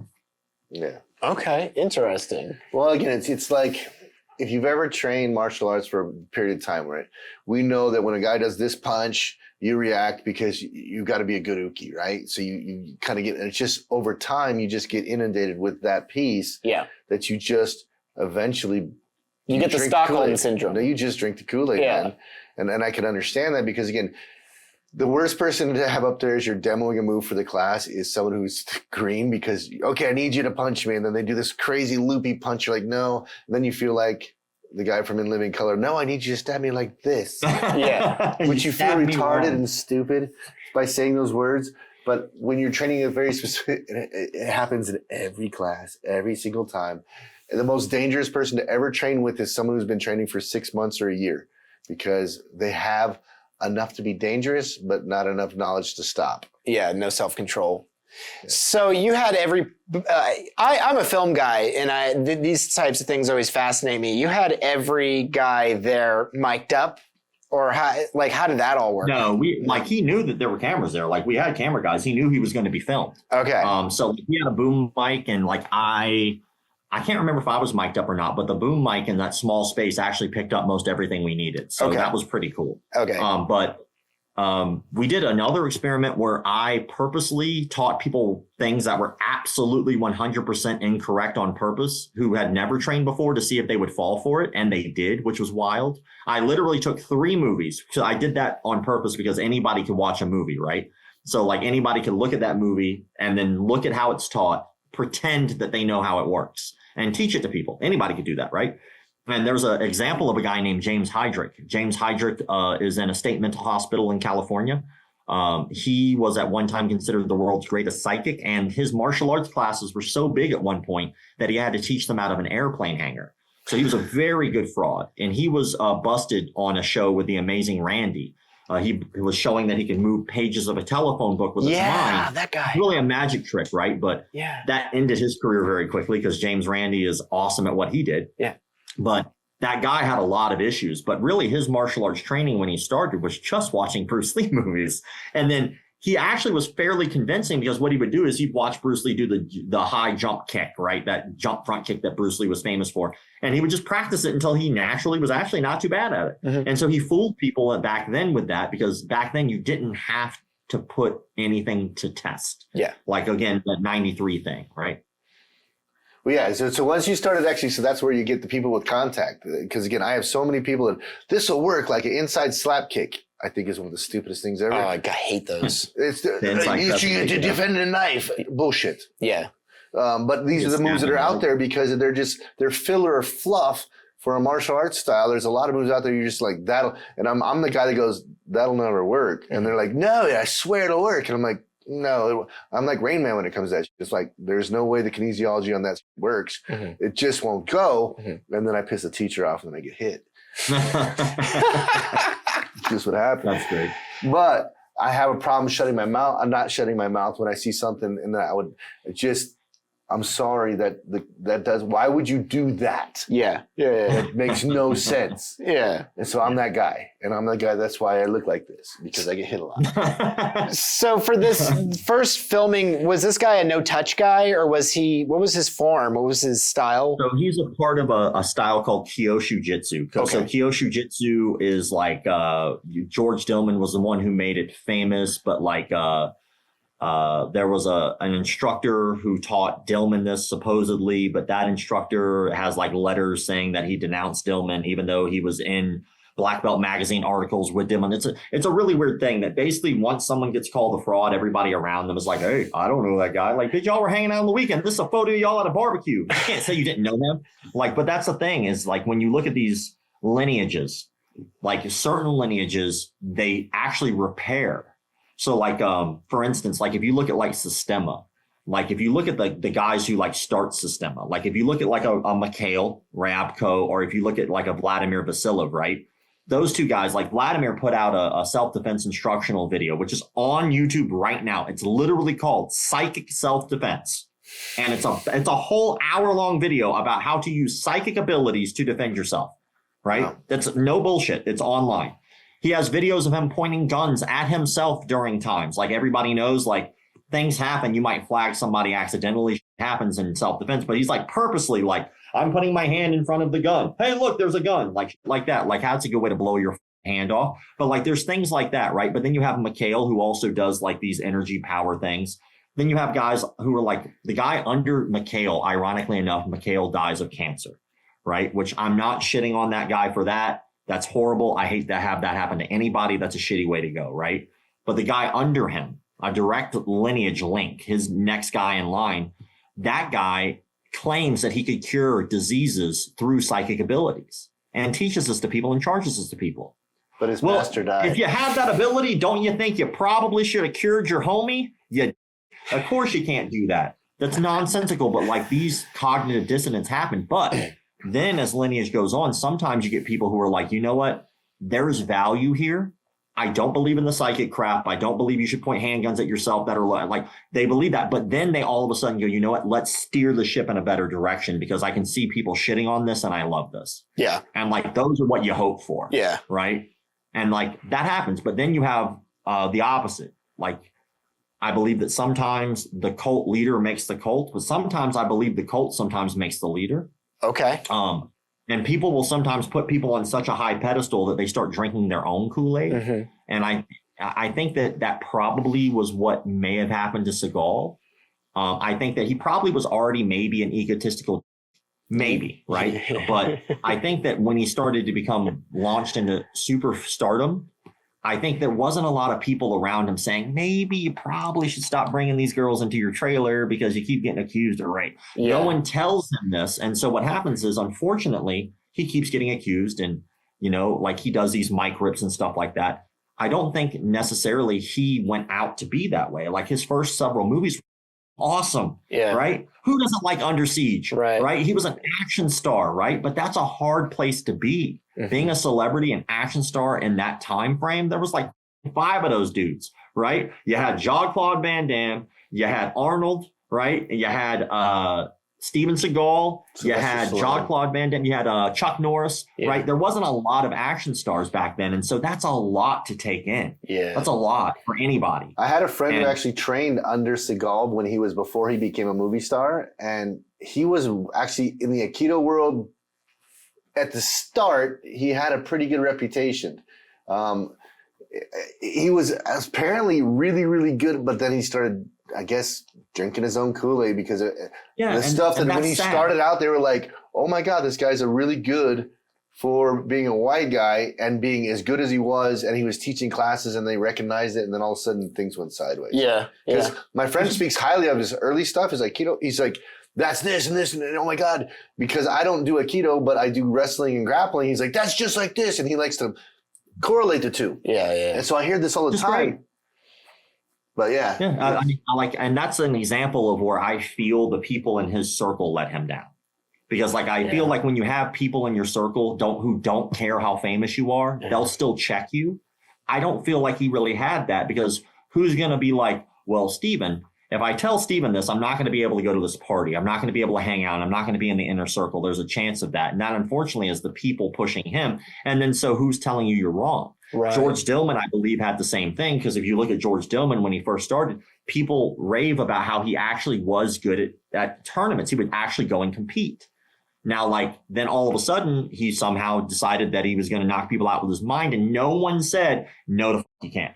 And so but then you have people like, let's say a Frank Dukes, right? When you have a Frank Dukes too. Oh my God, I met him. So Frank Dukes, I believe, is the opposite. I believe he intentionally was going out of his way to try to make himself bigger than he really was. And he was a martial artist. I mean, he did own schools. That was his shit. But he didn't go to some underground kumite. That doesn't exist. It's a cool story. It got a lot of people into martial arts. That's awesome. But no, you didn't. And then if you look, my favorite part of that bullshit too, is if you look at the very end of the movie Bloodsport, the very end, it's right when Jean-Claude Van Damme gets on the plane, he turns around with that thumbs up and it freeze frames and it gives him 4 different world titles. This is a world record for fastest knockout, world record for this, none of that's real. None of that's real. It's made up horseshit. None of it's verifiable. None of it happened. And if you look at what Frank Dukes said, he even said that he claimed to have X amount of knockouts in a tournament. And if you do tournament math, you're not the only one in this tournament. So every time you win a bracket, you move up. That means everybody else who won their bracket moves up. And then you do that over and over and over again. If you looked at how many people Frank Dukes actually claimed to have knocked out in a one tournament, that tournament would still be going on today. Because the tournament would be so big, there'd be so many competitors, it would still be going on. That's not so super underground. No, I was actually training with Olivier Gruner in Vegas, and we were, and then all of a sudden Jacob Bresler rolls up, and Frank Dukes is there. Oh, really? Frank Dukes, and they're shooting something in Vegas, and he's like, hey, I want to bring it by. This is Olivier, and Olivier's problem was Olivier's real deal. He's actually an amazing guy, truly. War hero, he's a badass. The problem is when he got to Hollywood, he told them I can do it for cheaper. So he did, but he always got stuck there. Yeah. His original price tag was $500,000 and he got stuck there. Yeah. So he could have been more, but he wanted to do it. This is a man who grinds every day, trains every day. He's out every day he's in his 60s and he's an absolute beast. So it kind of what you're saying, it's cyclical. You can't underprice yourself, therefore you start drinking your own Kool-Aid, and then And but again, Seagal's. You know who Seagal's money was, right? It was the mob. The mob funded his movies. They all laugh and giggle. They're like, "Oh yeah, we made so much money off Seagal because he wanted to be a gangster." Mm-hmm. So a lot of his first films were funded that way, and because they wanted a movie star to hang around, and he wanted to be a gangster. So a lot of his stuff was funded, and this has already been documented. If you see some of the check some of these mobsters, we funded this movie for Seagal, we funded this movie for Seagal. It was their money. Yeah. Yeah. So he got to be a badass. In real life, he got to pretend that because he was the guy. Yeah. But yeah, it's weird that he's an ambassador for he's an ambassador with us for Russia or some shit, isn't he? Like he doesn't he actually have some kind of weird does he? Government? Yeah. I mean, it seems like from what it looks like, at least it's how it's being presented. Yeah. I don't know, but I get it. Frank Dukes started giving us advice on gun, and Olivier does CQC. He boarded ships with a fellow that were taken by pirates on the open water, and it took him back. Mm-hmm. That's what his job was for the military, for the French Foreign Legion. So we're clearing buildings, and Frank Duke goes, no, you want to do it like this. So we all look at Olivier, and he goes, just let him do it. We're like, all right. You got the guy from Bloodsport here. You don't want to upset him. He's like, just be nice to Jacob's guy. Yeah. All right. Show us your moves. So we're like, really? Okay. So, but yeah, that's the character. I've met through you'll actually, so you're in Hollywood, so you're actually going to meet quite a few. Jacob Bresler, all the 80s and 90s action stars, Billy Blanks, Don the Dragon Wilson. You have a bunch of them all in that year. I mean, your neck of the woods. You even have up and comers like Krav. It's a Krav guy. He's Darren Levine. No, it's not Darren. It's Reckham, Royal Ghanian. He wants to be a movie star. He's a good martial artist, but he wants to be a movie star, so he's really gearing himself towards that. So his demos and stuff are geared towards that. I've done his stuff, and I like his moves, and he translates power very well, but he only teaches for people his size. And that's the hardest thing with martial arts is, how do you teach? I'm 6'2", 250 pounds. How do I teach for someone who is 5'4", 110. You run at him and boom! No, that doesn't work. So that's why I hire instructors that are different sizes so they can translate my information in their speech. Yeah. And that's when you see good martial artists, they'll translate. But that's the hardest thing to do is only see yourself in one image and not go beyond that. Because again, Roy said, you run up, you put your leg on that, you step on their thing and then ong bak his head. I'm like, Roy, I'm going to do that and they're going to fall. Yeah. He's like, no. I'm like, okay, let's pretend. Yeah. And I did this to Roy. I stepped, boom, and he folded. I was like, how am I supposed to climb up on your, and then do this? Yeah. I was like, I'm a Humvee. I'm just going to go boom. Yeah. And you're going to go boom. Right. And that's what a lot of good instructors start drinking their own sauce. I had so many really good ones say, oh, you should teach a person to punch someone in the face. No, the face is such a complex texture. There's so many pieces there. When you're teaching a beginner to fight, punching someone in the face is the last place you want them to hit them because there's so many ways to F up. Teach them to heel palm the face. Teach them to do something like that. But they're like, no, you're teaching it wrong. Yeah. They've been so long teaching experts to fight or mid-level fighters that they've forgotten how to teach a beginner. They've forgotten what the information you need to give to a beginner. And this is where, like, say, with a lot of McDojo stuff is, these guys you get demoing for so long, and there's truly some guys there's a lot of guys that deserve to be on McDojo, but there's some that I've seen videos of that I've seen and I've trained with them that they have good knowledge, but they lost the way. So I try to find, when I go to seminars, I try to find gems. Yeah. I just, that's a good piece. That's a good piece. I try to hold my tongue as much as humanly possible. For me, it's kind of hard.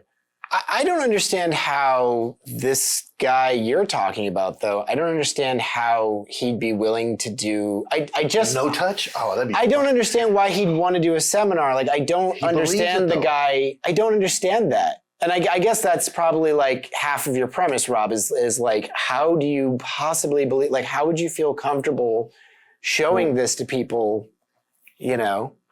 Yeah, we dig into the psychology a lot. I got really fortunate to be able to talk to a lot of people who I would consider experts in cults. One lady is actually a psychiatrist. I'm sorry, I don't remember which one she is. She either can prescribe medication or she can't. Okay. But a lot of people that she had as patients actually got out of martial arts cults, and they vary in degrees. But like the stories that I've heard are absolutely insane. Like one person that we interviewed, like a part of their testings was basically being waterboarded. Not basically, it was being waterboarded. It was a part of their black belt test, was just being waterboarded. Another person that we had talked to was literally attacked by their instructor in the middle of like a belt test. If you've ever been to like more traditional martial arts when they do a belt test, it's like it's a big deal. It's like more of a presentation than families there. Literally attacked and stabbed by their instructor during a belt test. Nobody blinked an eye. Nobody did anything about it because of the cult-like mentality. There's a lot of really crazy out there. But when we were talking to them, one of the most eye-opening ones, there's a guy named Bishop Barron. And the Catholic religion, you have like the Pope. And the Pope is like the most famous Catholic of all, right? Well, the second most famous is a guy named Bishop Barron. And he's actually done like Ask Me Anythings on Reddit and like that, right? And he has like a huge team of people underneath him that work under him and Catholic. I'm not exactly sure what their titles are, right? Reverends or priests or whatever the case may be, right? But we talked to one of those guys and he opened my eyes to a concept that maybe I think most people might miss, and I think I missed it too, is the root word of culture is cult. So like, if you look at like anything, most of our societies is made up of a bunch of little mini cults. And it's not all cults are necessarily really bad. Like I have a much different definition of what a cult is than probably Merriam-Webster's definition is. In my opinion, especially if you mirror martial arts and religion, like let's just use the Catholic religion as one religion to mirror it off of. Have you ever been to a Catholic mass? Yeah.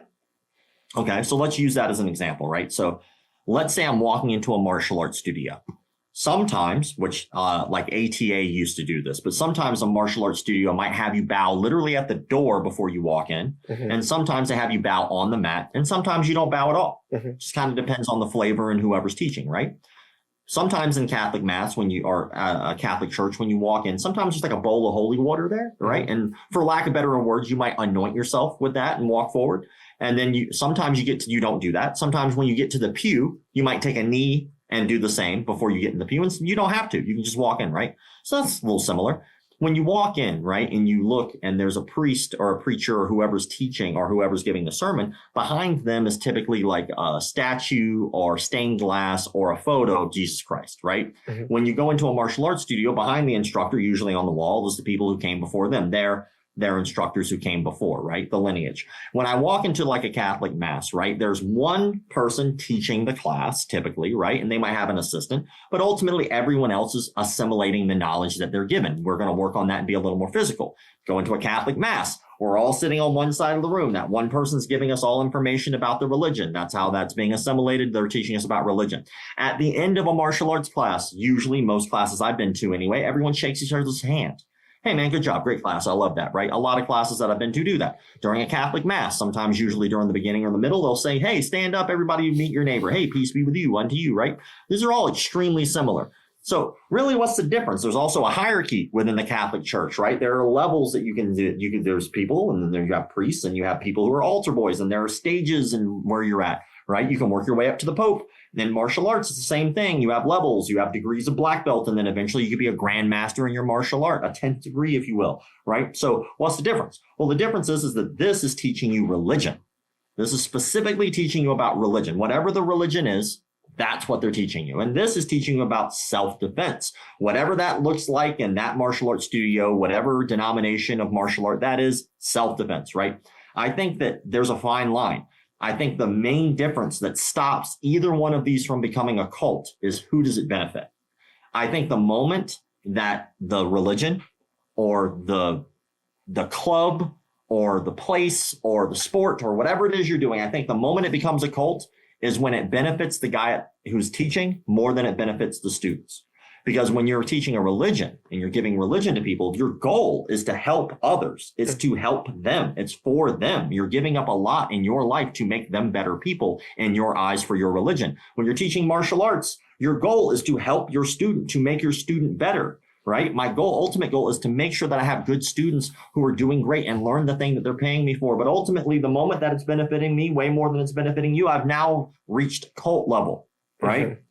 If I say you can't go train in another studio, does that make my student better? No, it makes them worse because they're probably going to get more information or different information that will make them think, make them better. But when you say, yo, you can't go to another studio, now you're in a cult. That doesn't benefit you. That benefits your instructor's ego. Yeah. Well, okay. So what would you say to the Inosanto Academy? Which what about him? That's Dan Inosanto has become a world legend, even to the point of Bruce Lee. So is that cult? Does he tell people not to go train other places? I don't. I've never trained there to Well, no, he's very open. So even Dan Inosanto, like people call him Guru Dan because of his Filipino martial arts lineage or whatever, right? So like when you come into like that type of thing, it's all about, is he taking advantage of his students? Like, is he telling them they can't go train other places? Is he physically abusing them? I don't think so. Because we have three first gen Bruce Lee students in California. You have Tackett, you have Inosanto, and you have JKD guy. He's in San Diego. The one who got busted for showing up at people's houses and beating them up. You're probably talking about Paul Vunak. Yes, Vunak. So there's 3 first gens of Bruce Lee in California. Tackett sticks to Bruce Lee's original tenets. You can show up at his garage. You can train on Wednesdays for free. He's in Redlands. He's a very traditionalist with that style. Inosanto built the Inosanto Academy and built a huge empire and actually developed. Everyone wants to be Inosanto because everyone around the world knows him. And then Vunak went the exact opposite. He was super famous for a while, and then he went crazy because he would literally take challenges. Someone would talk bad about him in Black Belt Magazine or anywhere, and he would show up at their house. Let's go. And he would fight anybody. And that's where, again, then he got arrested and bad things happened. I have a Vunak story, actually. So the studio that I originally trained at, we were American Freestyle. So we were a very freestyle school, right? And so we would have different martial artists coming in, teaching various things. And we actually had Dan Inosanto come in and teach us some stuff. We had Rick Tucci come in and teach us some stuff, who's a guy under Dan Inosanto. But then we have Paul Vunak come in. And I want to think maybe I was like 18 or 19 when this happened, but like I'm at the studio and we're all waiting for Paul Vunak to show up, and it's a packed house because at the time he was very legendary, right? Especially because of the SEAL stuff and like the no nonsense approach to his JKD, which was basically just getting into fights with random people, like you were saying, at bars and so he was like, everybody thought he was the guy, right? So he doesn't show up, like the time ticks, right? And we're like, all right, give him a minute. And so 5 minutes goes by, 5 minutes passed, and they keep trying to call his hotel and they can't get a hold of him. So I hop in the car with my instructor and then his number 2, which is a guy named Mike Nicholson. So we wind up driving to his hotel, and I'm sitting in the car. I'm like 19, 18, something shit like that. And so they wind up like seeing his door to his room, because it was like one of those shitty motels, like you can like just see all the doors at the front. So they pull up and you can see his doors open, and they like open the door and you can just see like beer bottles everywhere. And he's just passed out on the bed. So they like wake him up and they're like, man, like you're going to have to sober up. And they wind up getting him in the car. And I'm like, God, he smells like alcohol. And then like, they're like, whatever you need. And he's clearly got the wicked hangover. He gets to the studio. He goes in, I think maybe he sprayed some cologne or something on him so he didn't smell like alcohol. And then like he gets out of the bathroom and he just walks out like he was dead sober. Teaches a phenomenal seminar and like fast as like he's doing like in Filipino martial arts and stuff. You have like the Bill G, like eye gouges and stuff. And he's like, he's clearly, I was aware that he was inebriated the night before, but no one else would have ever known. He's doing like trapping stuff and he's just fast as shit. And it's just like, oh, like this guy can do this drunk as hell. Like it's ingrained in him. He's truly, like, say, Vunak is one of those guys that he's truly an amazing martial artist. But when you dig deeper, his level of crazy is like legendary. Yeah. Like I've got several stories, but mine are second. Yours is first person, so you can tell it. Mine are second person, so when the camera's off, I'll tell you guys. Oh, yeah, cool. I have friends that have trained under him that are high level with him, and you're like, what the? Yeah, like not martial arts, just like crazy life shit. You're like, no. So I can't tell him because I didn't hear him first person, but this is what I've heard second, and I'm like, he's an amazing martial artist, but he is Dan level crazy. Well, what were you saying with Dan Inosanto, like in the cult? Because again, Inosanto has a cult-like following. I'll be honest, because he's such a legendary martial artist. He is one of the 3. He is a kingmaker for sure. Because again, he helped shape JKD and Bruce Lee because he was a good businessman. That's what I tell people all the time. He's an amazing businessman for what he did. There are martial artists, and most martial artist teachers don't actually make it because they love their stuff so much. You've met Jared. Jared is an amazing martial artist. Will he ever become a millionaire? Probably not, unless he wins the lottery.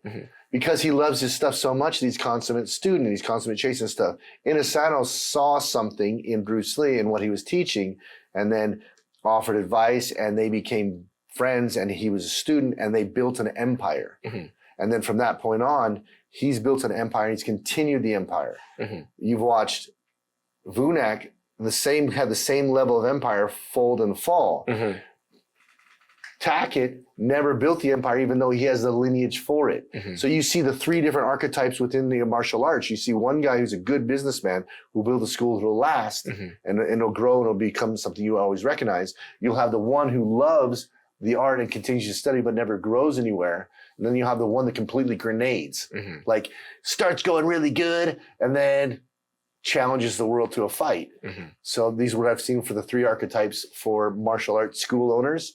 And they only fall within the three. You'll have a good businessman who will become successful, like the school you trained at, West Coast Krav Maga. At one point, he had 1,200 students, 3 gyms. He was doing belt tests on a football field. 1,200 students paying $200 a month. The belt test alone was $50,000 for one day. So that's a good businessman, okay? Finding something that you see as wow, that's impressive. And it's not the corny businessman where you're like, let's throw a karate party. You know? These are great businessmen. Like I say, even with him finding the fact that he got McDojoLife, he saw something in a moment in time and said, this is something. He recognized the moment. So the businessman in me looks at him and goes, congratulations for what you did. You took something and you now created something that was never, in the annals of time, he has a blip. I have no blip. I'm Philip Tackett. You know, I've created something so to take a business person, the Inosanto. So I make the joke all the time. I would love to be the Inosanto because that was truly brilliant. But he has a following that unless you've talked to Inosanto or met Inosanto, you are not a valid martial artist, right? I've met him. He's a nice guy. But truly the people, he's a mecca that people all around the world seek out. And there are those guys. And he's, I guess, for good. But I was just throwing it out there because he is such a kingmaker that if you get Inosanto tapping you on the shoulder saying you're a badass, you're a badass. Forgive me for my ignorance too, Rob. Are you at all affiliated with this channel called McDojo Show?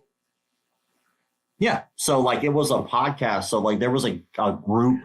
They did a Locker Room Talk. And so Locker Room Talk was a podcast I had been on a few times. And at the time I was looking to expand because McDojoLife is never supposed to be the only thing that I do. It never has been, never will be. It's supposed to be the main cog. And so I was like, well, people are saying you should do a podcast. I was like, I don't have time for that, man. Like I spend hours of research into people who are doing really evil shit. I get people who send me stuff all the time. No way for me to get to all my DMs when my Instagram was around. So I was reached out to those guys. I was like, how would you like to do a podcast? I'll hop on the first couple episodes. I'll get you guys your first 10 guests. And then from there, you just take over. And, it just didn't do the thing that I wanted it to do. So ultimately we parted ways, but I mean, I still like him. And like Wallow's a great dude. He works, he does a lot of stuff with like PGF and stuff. But yeah. Well, okay. So you are affiliated with McDojo. The reason why I ask, and it kind of tie into your thing is, just recently, I recorded a seminar for a friend. He just mentioned him, Jared Arbuckle, and he was teaching this system called the Ghost Elusive Combat System. And it's basically, it's boxing with some JKD, you know what I mean? And it's got some really interesting boxing evasion. And he was showing a drill called Chin Seeking Fists. And it's just a drill where you move your head around, blah, blah, blah, blah, blah.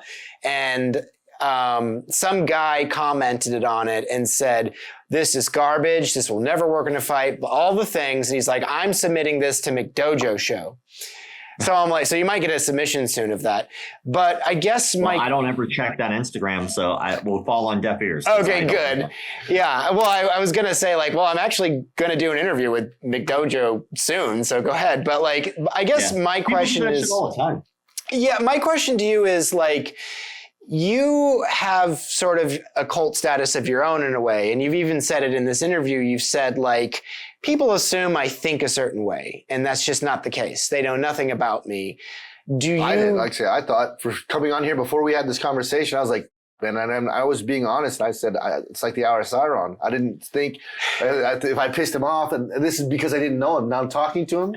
Yeah, it's totally different. Cool cat. Yeah. Good time. Thank you. I guess, like, do you feel some of your followers can be culty in a way? Yes. Like, I just want to hear from. Like, we kind of talked about this and we touched on it. Like, one, I believe that a cult is when the leader benefits more than the follower. Mm-hmm. I'm not leading anybody. I'm giving news. But the other thing is, like, when it comes to the followers, not everyone who follows you is a fan. So, like, sometimes there's a difference between a fan, a follower, and somebody who is just a moron. Yeah. And, like, a fan actually wants what's best for whoever it is. For instance, you have fair weather fans, right? Ronda Rousey has been recently talking about this, right? She's kind of come back out. You see in her interviews, and she's pissed at the martial arts community because she feels like they turned their back on her. They didn't. There was just some douchebags out there who were talking because she decided to do what was best for her family, which was to go to WWE and make real money. And she was already a superstar, right? So, like, the people who were talking were not fans in the first place. That's just a fact. They were followers who didn't give a fuck if she was succeeded or not. Entertain me, it's about me. Those people are trying to run their own cult. They created their own cult of hate Ronda Rousey, right? Ronda Rousey is not paying attention to them, but it still obviously affected her. Mm-hmm. So, like, clearly she's jaded because of that. And you can really see that in the way that she speaks. Like, she feels like this thing that she really put in a lot of time, effort, and energy into, where she was just really giving to all of these people, whether you liked her personality or not. She was putting herself out there for the world to see, and then a lot of people shat on her, and she puts everybody into the same box. Mm-hmm. Well, one, I don't think that people should have shat on her the way that they did. You can not like her personality and still give her respect for the job that she did. But also, she needs to be careful to make sure that she doesn't fall into that and let this mob dictate how she should feel. Yeah, that's tough. When it comes to people who, like, go, well, this is a McDojo, I'm going to send it to them. Okay, send it to me, and I will tell you my opinion, because ultimately that happens all the time. Yeah. You get a lot of old school thinking. And we didn't talk about this actually, but what started me doing McDojoLife was a basic conversation. It was a guy who showed up to a noon class that I had to substitute for the jiu-jitsu academy I was at. And my boss calls me one day. He's like, I'm sick. Would you do me a favor and, like, substitute for this class for me? It's like, yeah, not a problem. That dude never calls in sick. So the odds of this happening is amazing. But I teach the class, and when everybody's done, most of these guys work from home, or they had to go right back to work. But the guys who work from home, we stood there and we just shot the shit. And the subject of McDojos came up, which had been around long before I ever started martial arts. Mm-hmm. And there was a guy there. It was his very first official class. And when everyone left, he waited behind and he was like, hey, can I ask you a question real fast? I'm a little embarrassed. I don't know what a McDojo is, and you guys kept using the term. Could you describe what that is? And I gave him at the time what I believed was the definition, which now I believe that definition is wrong. And then he goes, why doesn't anybody do anything about that? And that's what sparked me doing it at all, is because I looked into it and I was like, well, nobody has done anything about that. No one really seems to give a fuck. Bushido Forums was the only thing around at the time, and they were just kind of talking. Mm-hmm. No one really wanted to solve the issue or really define the issue with, like, the 5 rules, right? No one was really going, we need to fix problems in our industry. It was always, well, they're paying too much. Okay, like, people send me all the time. They're like, oh, these guys are overcharging. Okay, don't pay them. Like, I don't know what you want me to do. Which are like, is Lamborghini, Ferrari, Bugatti, like, are they overcharging? No, they're charging what they should be charging to the market that's willing to purchase. Mm-hmm. They're not lying to you about the cost. That's when it's a problem. Mm-hmm. Or, like, they got their belt too fast. Well, BJ Penn got his black belt in, like, 3 years, I do believe. Mm-hmm. Are we saying he wasn't a legitimate black belt? No, well, he earned it, all of these things. Well, that means that it's loose. And if you look at Brazilian Jiu-Jitsu and the way that you earn your belt rank, it is very loose. Mm-hmm. Like, it could be 20 years, it could be 3 like BJ Penn. That's how fast you pick it up. Yeah.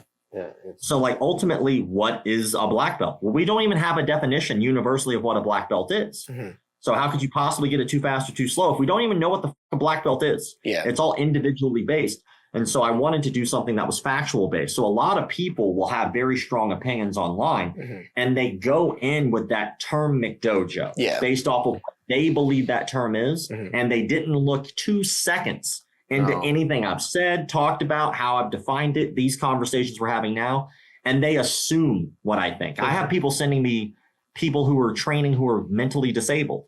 I don't post them. Why? Because I don't believe that I should make fun of this person because they're mentally handicapped or physically handicapped.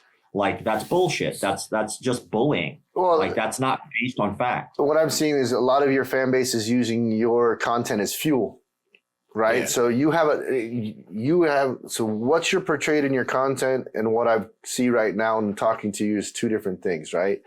And what people are doing, because again, they throw that word McDojo around a lot, especially when, they throw it around a lot. I'll just leave it there.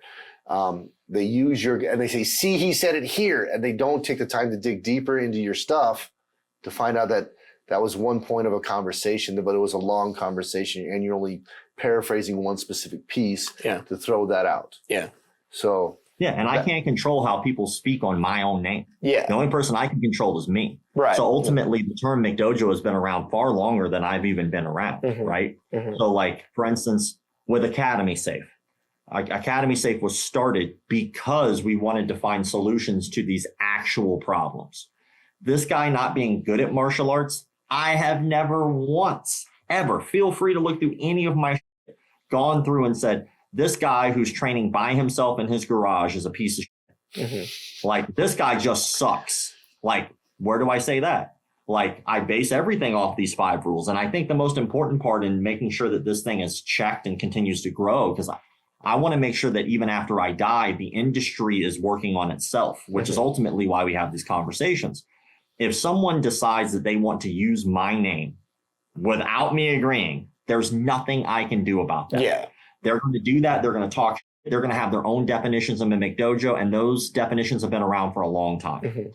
My ultimate goal is to change that mentality over time. And there's only one of me. And that takes a long time to get rid of some of these deep-seated horseshit ideologies and opinions, such as that costs too much. That's cost too much for you. Doesn't cost too much for everybody. Or people will shit on all martial arts. They'll say this martial art sucks. And in all honesty, I've only maybe found one martial art as a whole since I've been doing McDojoLife where I consider the art itself to be horseshit. Most of the time, it's not the art, it's the practitioner. And so, but people will say, oh, this is a keto. Why do you post a keto? I'm like, well, I'm not posting a keto. That's not a keto. That's Daito Ru Aki Jiu-Jitsu, which is not, it's a derivative. They're not the same. Or they'll say all karate sucks. I'm a karate black belt. Why the fuck would I think that karate sucks? Like, I've been in karate. Like, which version of karate? The over 200 different versions of karate, they all suck? Because no, they don't. So I think that people assume a lot, but it's not my job for them not to do research. Like, not my job to say, hey, ultimately, you know what? I agree with everybody who says anything about me. I don't. And ultimately, I can't say I disagree with everybody who says something about me. People are going to have their own opinions. And sometimes those opinions are extremely ignorant. And ignorant doesn't mean stupid, by the way. It means they just simply didn't do the research. They do not know. Now, I want to circle back because at the start of our conversation, I said, do you ever see yourself giving it a multiple ranking? Like, instead of just labeled McDojo, do you ever see a ranking? Like, okay, so this one is a little more excessive where you give like 1 star, 2 star. I'm just trying to. I do. Okay. It's called the Dillman scale, and it's on my breakdowns. Every breakdown that I do, I do what I call the Dillman scale, right? So the Dillman scale is like 1 to 5 Dillmans, and 5 always means that it involves some kind of supernatural powers, right? I can heal you with my chi. I can move you across the room. That's 5 Dillmans, right? 1 Dillman means that, hey, I've done this before. Like, sometimes I usually haven't really done too many 1s. Like, sometimes you'll do some research. Like, usually by the time they're on a radar enough to do a full breakdown, it's not 1. But 1 would be more like somebody's just misguided, which I did a video about a guy, and we talked about, like, I offer meeting these people. I reach out to everybody I do a video on. Like, I try to talk to them directly, even with Edon, like, talk to him directly, right? And ultimately, I want to make sure that we have this dialogue and conversation because I could be wrong. And it'd be really fucked up if I go out, and I could get sued for this, where if I go out and put information about somebody that is just not true, they could turn around and hit me for slander, libel, defamation of character. And I've only been sued in this job for the last 13 years once, and I won because I didn't put out any bullshit that wasn't true. Nice. It was a frivolous lawsuit, and you're going to see some of that in the documentary too, where I'm countersuing the living out of this person. And they already had to pay me back because they fucked up because they hired a registered sex offender, knew it was a registered sex offender. I told the public, then they tried to lie to the public again and say they didn't know, but I had receipts. So I win. Thanks for the money. But yeah, when it comes down to it, what I'm trying to do is guide and show this is facts. These are facts, right? And if people have opinions based on that fact, they are more than welcome to it. But I only had one person ever show up to one of those challenges. And he was in Orlando when I was in Jacksonville because I'm in LA now. And I drove down. And the only reason we even went that far because he was teaching people online and his theory was interesting. How he was approaching it was very dangerous. He was showing people techniques, how-to videos online when he himself had never trained martial arts ever. So he's showing how to do a round kick. And when you do a round kick, no matter what the art, you want to pivot your post foot, right? Because if you don't, you could really fuck up your knee. And so he's telling people, do not pivot that foot, kick over it.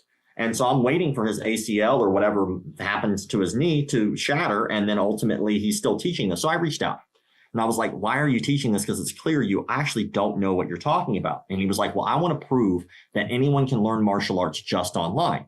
It's like, okay, that's an interesting theory. If you're going to do that, right? Maybe just practice. Don't teach the step-by-step of how to shatter your knee to people, right? Because there's people out there in his comment section who were mentally handicapped somewhere who liked his personality and were like, oh, this dude's great. It's like, I look through their page and I'm like, oh, this is sad. Because like you're manipulating these people. They're going to themselves up.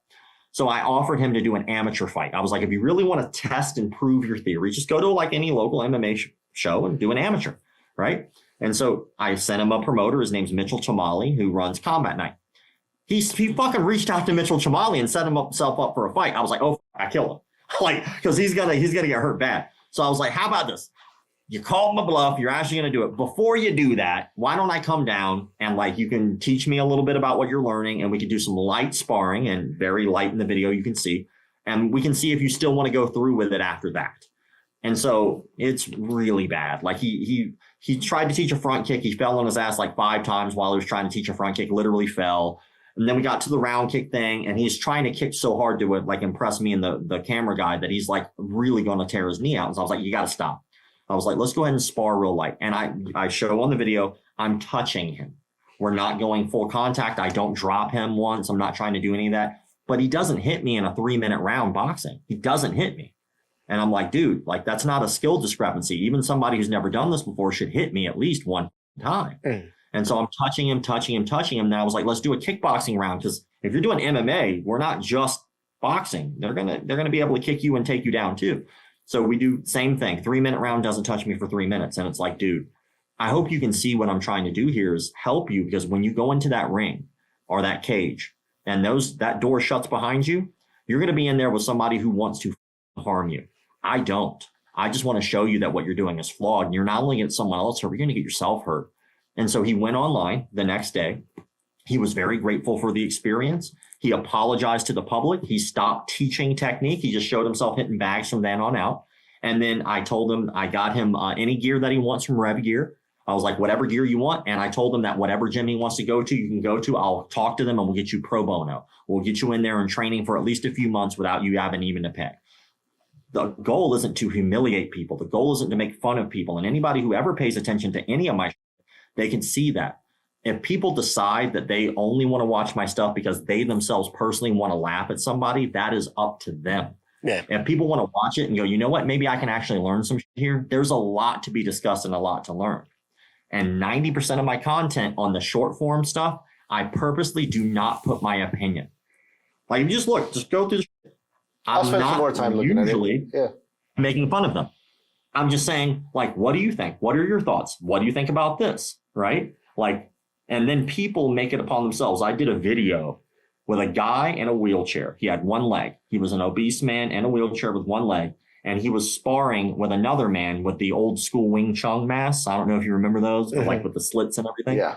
So they had that on, but they're practicing with plastic knives. And the guy's kicking him in his face because the other guy's standing. Guy's kicking the guy in the wheelchair in the face, but that's them. They're 2 grown adults making decisions about sparring. But then he goes to stab him, and he actually stabs through the thing and could have stabbed his goddamn eye out.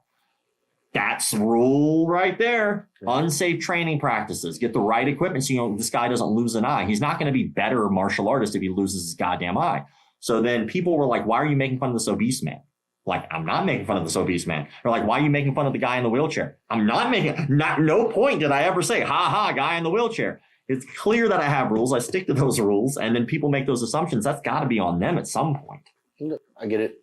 Yeah, I respect it. Fair. And to be fair, I never assumed you were toxic or anything. I was just wondering because sometimes, and you can't control what your followers say or do. Like, I have people saying like the worst things about Idan, and it has nothing to do with the training. Let me say that much. Just where he's from. You had to teach me how to behave and not go find people. Yeah. But I was just wondering if how you felt about it and how you felt about the people, some of the more toxic part of the crowd. You know what I mean? So you're definitely. I think it's a shame. Like, I really think that it's a shame. I think that ultimately, like I said, I think the reason I love martial arts is because I do believe it's like a real last bastion of truth. And I think there's something special about that. And I think that should be protected. And unfortunately, like we talked about with like the kata people, right?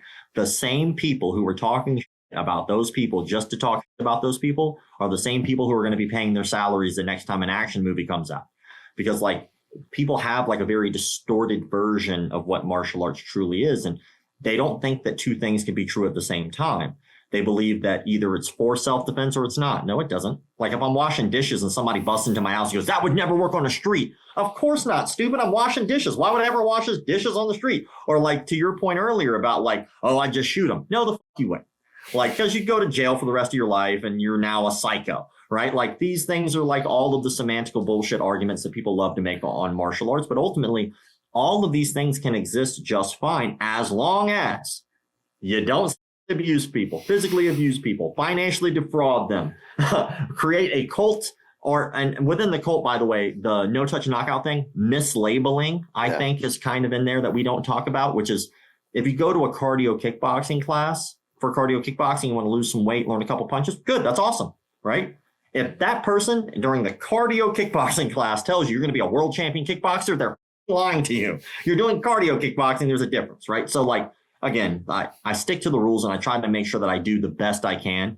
And ultimately, I think that these are what I see as an issue in our industry. People not being very good. All of us will eventually not be very good. We started not very good. We'll end up we train to get better. And then as we get older, we will eventually be shitty again because we're going to be too old to move the way we used to. Yeah. Right? Listen, I've got a lot of old guys that I give them respect because they've been doing it for multiple decades. Yeah. But and people ask me, I was like, why? I was like, because it's respect. These guys have been doing it forever. They paved the way for us to be here. You don't need to be down on them for it. You just need to just listen because they have good stories. But it's when they say, come on, you can hit me. I'm like, no, we're good. Yeah. That's why they always say, hit Clifford. So, like Pai Mei's not real. Yeah. The man on the mountaintop who's 90 years old, who can climb on top of your sword and defeat you with one really touch. Not. It's not a real thing. And I think the mysticism is fun, right? It is fun, right? It's fun to think that a Kumite could have existed. It's fun to think that the death touch could exist. These things are fun, right? But like, that's where we start to say it's okay if that's fantasy as long as they say it's fantasy. It's okay for Kill Bill to exist as a movie because we know it's fantasy and that's not real and it's fun. Yeah. Right? This is true. It's not okay to go, one time in a nightclub in Japan, I killed like 100 Yakuza with a sword. No, the fuck you didn't. They would have shot you. No one carries swords, you idiot. But, one of those. The John Wick story. No, it's been a pleasure, man. It's honestly been a pleasure. You've opened my eyes. I'm glad that you changed. Like I say, I was very nervous coming in because, again, it was like I'd seen your videos and I'd seen every one of our videos. Everyone was like, oh, it's McDojo. So we've been called McDojo a lot. Because, again, it's how I choose to train and I make it. And I have students in my class that don't like body hardening stuff, so we make modifications for them. So I only pursue, and people only see videos, and videos are meant to show you a moment in time, a blip, right? So they're meant to show you what could be. not how we always train. Dan doesn't always train like that. I don't always train like that. These people, it's a moment to show you something, and no one wants to see this, not touching, right? We like the train wreck. We like those moments of time. That's why we watch NASCAR. Yeah. NASCAR's not fun until someone wrecks. Yeah. The passing is like, oh, IndyCar. It's great. It's better when someone wrecks. Yeah. We don't go to boxing matches to watch them dance around. We watch them hit. And this is why we watch videos, because, I mean, even my favorite cat videos are the ones where the cats are themselves up. so it's when they try and jump on something that hit a fan and like, oh. Speaking of cat fights, would you be willing to, if I facilitate it, would you be willing to do a podcast with Idan? Yeah, 100%. Like, I have no issue having those conversations. Like, again, like when it comes to Idan, like if that's the case, I would also love to have the Special Forces unit commander who was in charge of the unit he said he was in to also be a part of that podcast, because he will also love to have that conversation. Because ultimately, my problem with Idan is the things that I stated. Yeah. Like, two things can be true at the same time. If someone cured cancer but raped a kid, are they the guy that cured cancer? You're both. Yeah, they're both. So he could do great things. He could donate the toys for tots. He could save orphan children from flaming buses and make nuns fly. He could do all those things. But did he shoot a student? That's 100% fact. Yeah. Did he financially defraud people? 100% fact. Did he pad his resume? 100% fact, because he even admits that the thing that was on his website, which could still be there, was not accurate. And he says that the guy who built the website put those things on his resume. How the fuck did he get that information? The guy who built the website was just like, I'm going to pull these information out of nowhere. Like, if you watch the video that I did, even the challenges that he clearly makes, where there is literal conversations where he is challenging people to fights and does not show up himself. Again, those have to do with his character, for that side of his character. Yeah. Could he also do good things? 100%. People are shades of gray. No one's good or bad. They're just people. Well, I'll give you one piece. Like, Idan, or anyone believes that Idan can do no wrong. Yeah. That's flawed. Yeah. I can do wrong. He can do wrong. It's okay. We make mistakes and up. The hard part is, can that person admit that and fix those mistakes and grow from those mistakes? Or do we say, God bless at the end of everything, and claim that somehow, ultimately, you think that because you use the term God, that you're somehow better person? Like, don't shoot people, I think, is a pretty low bar. And like, don't rip them off financially is a low bar. And I think that ultimately he might be mad at the fact that I called him out on these facts. But I didn't get sued for defamation or slander. And that's very interesting, considering that he said he would. Why not? Well, like I say, he has a strong will. Because again, one of my main teachers is Fred. And so him and Fred actually had something where he said something to Fred. And Fred's the type of person, he'll call you. He'll show up at your doorstep. And so Fred called him while he was on vacation. And they talked and they went back and forth. And so they didn't like each other until I said, hey, you guys are pretty similar. Why don't you have a conversation? Why don't you take time to actually talk? So Dan said yes, and actually Dan apologized to Fred. So Fred listened and said, okay, let's have a conversation. I'd be willing to have a conversation with you now. So maybe in their age, when they're not so young and stupid, they're getting a little bit better, and they'll admit some of their stupidity. I think young bravado has led a lot to it. So, well, Dan is pretty strong in sticking with his guns too. I don't see this podcast leading to a path to redemption, so I'm on the fence about doing it, but I think it would be interesting. Well, like I said, man, if I do that, I'm going to have those conversations back with facts. Like, again, I do not personally feel ill about Idan other than the facts that have been presented. I don't know him. I know that these things happened, and I know that these things are 100% fact. I know that he admits to the majority of them. Yeah. I also know that I spoke to the range manager of the range that he was illegally using firearms on. Mm-hmm. Like, that's not cool to do to somebody's career. You think that range manager wants that footage to come out, and then all of a sudden people find out about that range, and then all of a sudden he's out of a job? Because of why? And Egon's ego, because he wants to do a gun disarm because it's with a live ammunition to prove something? Do that on your own time, in your own area, in your own space. Like, don't put someone's life at danger, especially after you shot somebody. Don't defraud people because you told them you'd show up and then didn't. Or if you do not show up, that's okay. give them their money back, especially when somebody is saying, hey, man, you didn't provide the thing that you said you would provide financially. Just give me my money back. And we're cool. Most of these people, by the way, who were complaining about that, they did not dislike Edon, or clearly they wanted to pay for the service, but they felt like they were defrauded because they were. And like, again, if Edon has these issues, ultimately, he's still going to have those issues, whatever conversation we have. Because he's going to maybe assume that I dislike him. Maybe he's going to assume my thought process about him. Maybe he's going to assume that I think that Kala ultimately is a bad thing. None of that is true. Kala could be a great thing. He could be helping a lot of people, but he also did this. So like, that's my only point when I do these videos is I think that it's important, like what you were saying earlier about questioning instructors. And sometimes you get kicked out of a gym for it. It's like, you could be Anderson Silva and be the greatest MMA fighter of all time and still teach a shitty knife defense. Yeah. It's okay that you taught a shitty knife defense. It's not okay to think that you're perfect 100% of the time, because you're not, and no one is. Right. I had an instructor, he was military. His rule was rule of 7. So he would show the move to 10 different people. And if 7, it was able to pull the move off successfully 7 times, he considered it a successful move. But they shouldn't know what you're doing, because the moment that someone knows what you're doing, subconsciously they're either preparing for you to win or preparing for you to lose. So if they know that they can counter it, they'll counter. Or if they're a passive person, they'll let you do it. What you do and how you know a move is correct, you say, I need you to punch at me left, right. Or I need you a jab cross.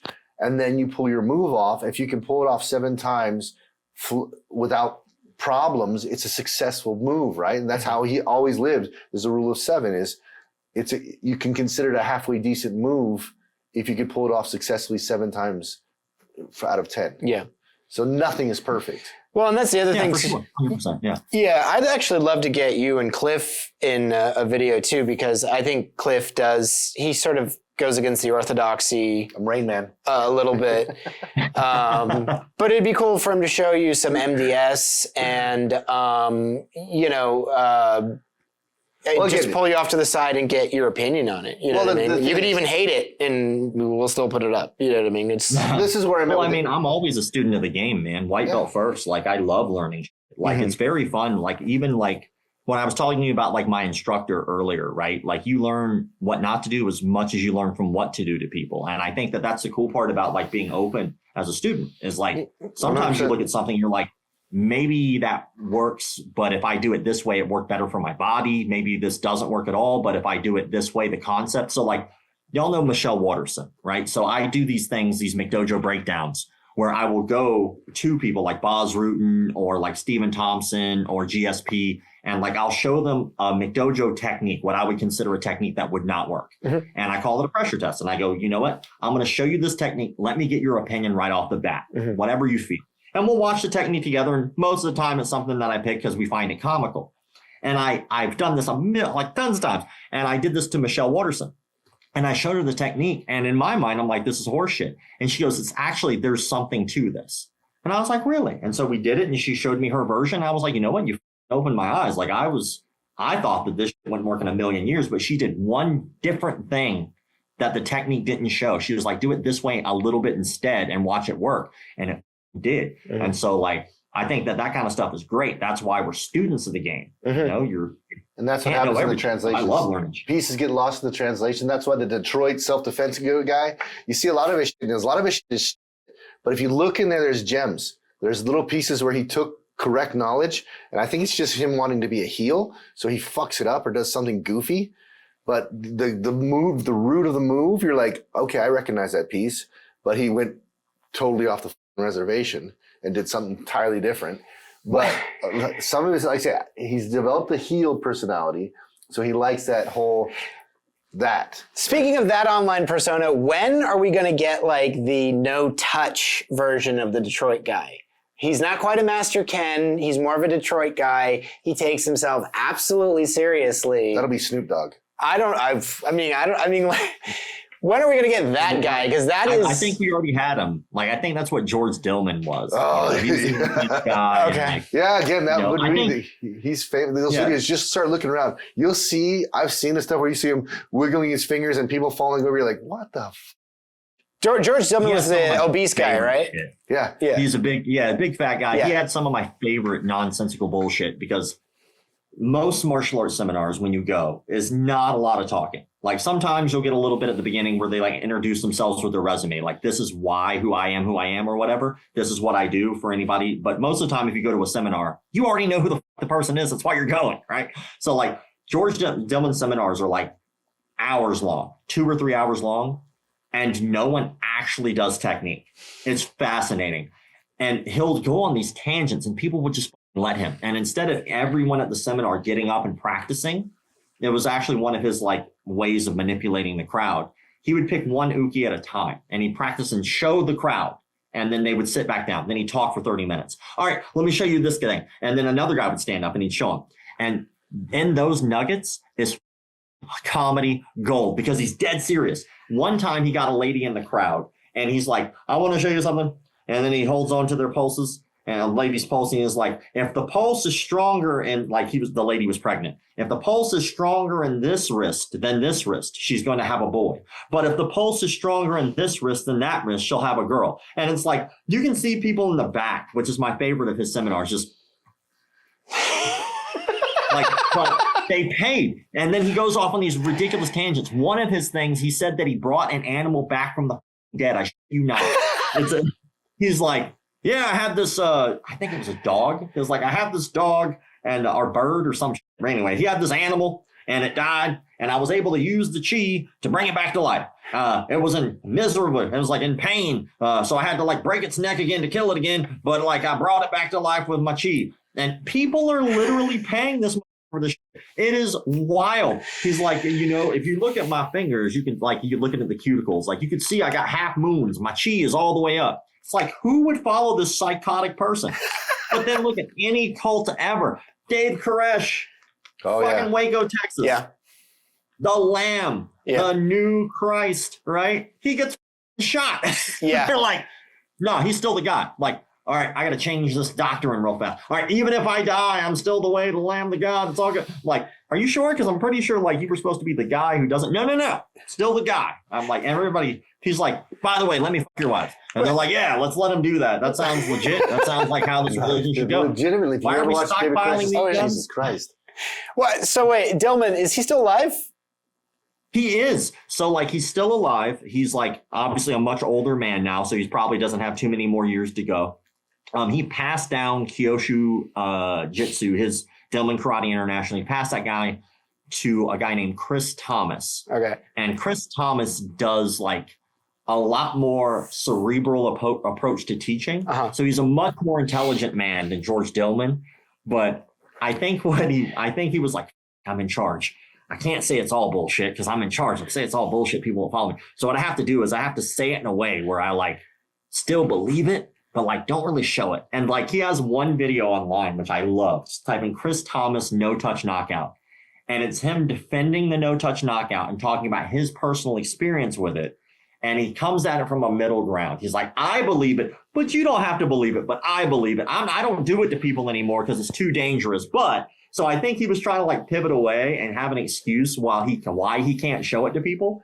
But I'm like, show me. I will sign the waiver. I'll even put a life insurance policy. You can have the rest. Like, feel free to take me out with your chi. I want to see what this does. Can you get Dillman for the documentary?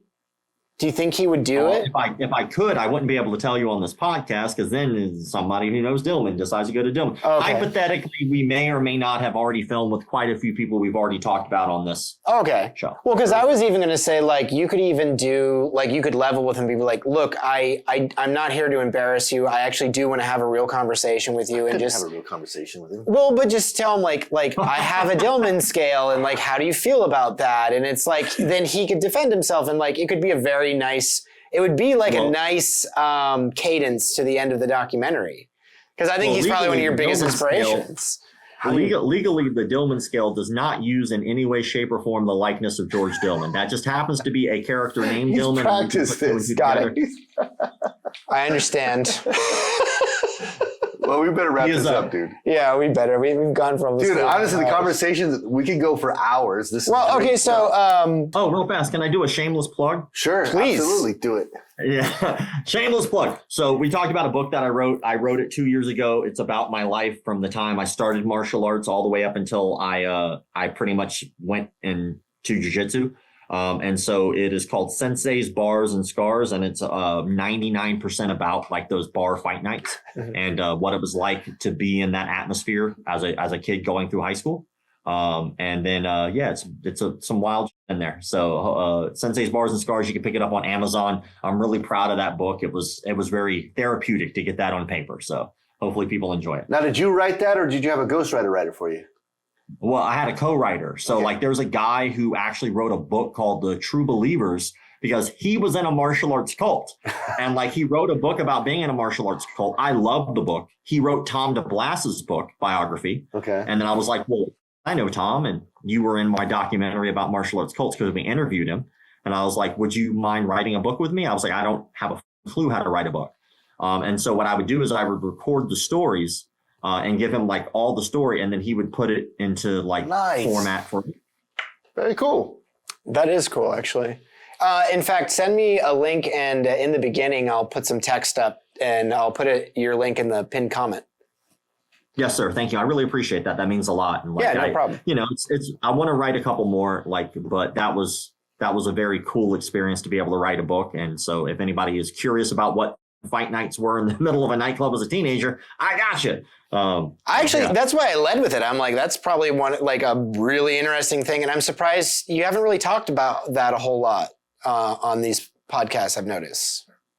I mean, I usually tend to stick to like the martial arts. Like, I don't think that most of this about me. Like, I think it's about like the arts and shit. So we tend to stick to that. But like, this is fun. Like I really did enjoy it. And it was like a weird part of my life. So some people might find it interesting. I think a lot of people find that interesting. Honestly, those tales are the ones people are like, they keep listening because again, he keeps focusing on the fact that I did my shit for underground fighting. I don't call myself an underground fighter. I did it for beer money and for dares. Yeah. And he's like, you're an underground master fighter. I'm like, no. I just punched somebody for money. I grew up in Temecula, California, which is a pretty like hoity-toity area to grow up. Like, I have no experience with this in my life. So like, someone who's been fighting in bars when they're a teenager, you know, I was freaking on AOL Messenger when I was a teenager. Like, you know, I was at home. I wasn't doing anything cool like that. Yeah. I didn't go to an Indian reservation to fight. I was traveling to TJ to get in fights with Marines.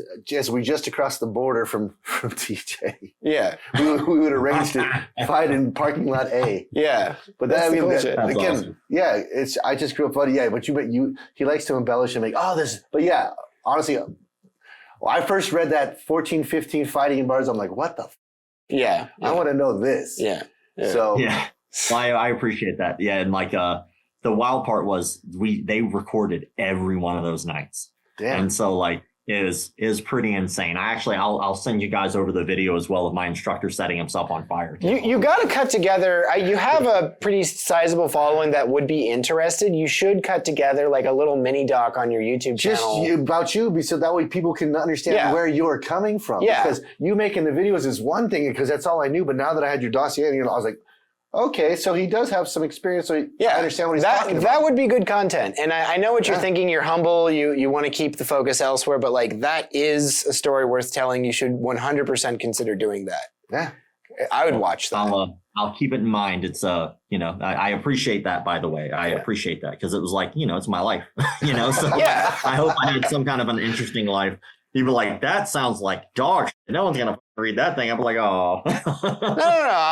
I'll plug it for you. Any story that starts with what happened was is usually a good one. Yeah, absolutely. All right, Rob, thank you so much for your time. Your life story is very interesting. What you do is very cool. Everyone, go check out his book. I'm going to put the Amazon link to it in the pinned comments, and keep an eye out for his documentary. It sounds like it's really interesting and fun. Also, Cliff, thank you for joining me. My pleasure. Anything else you'd like to say to Rob?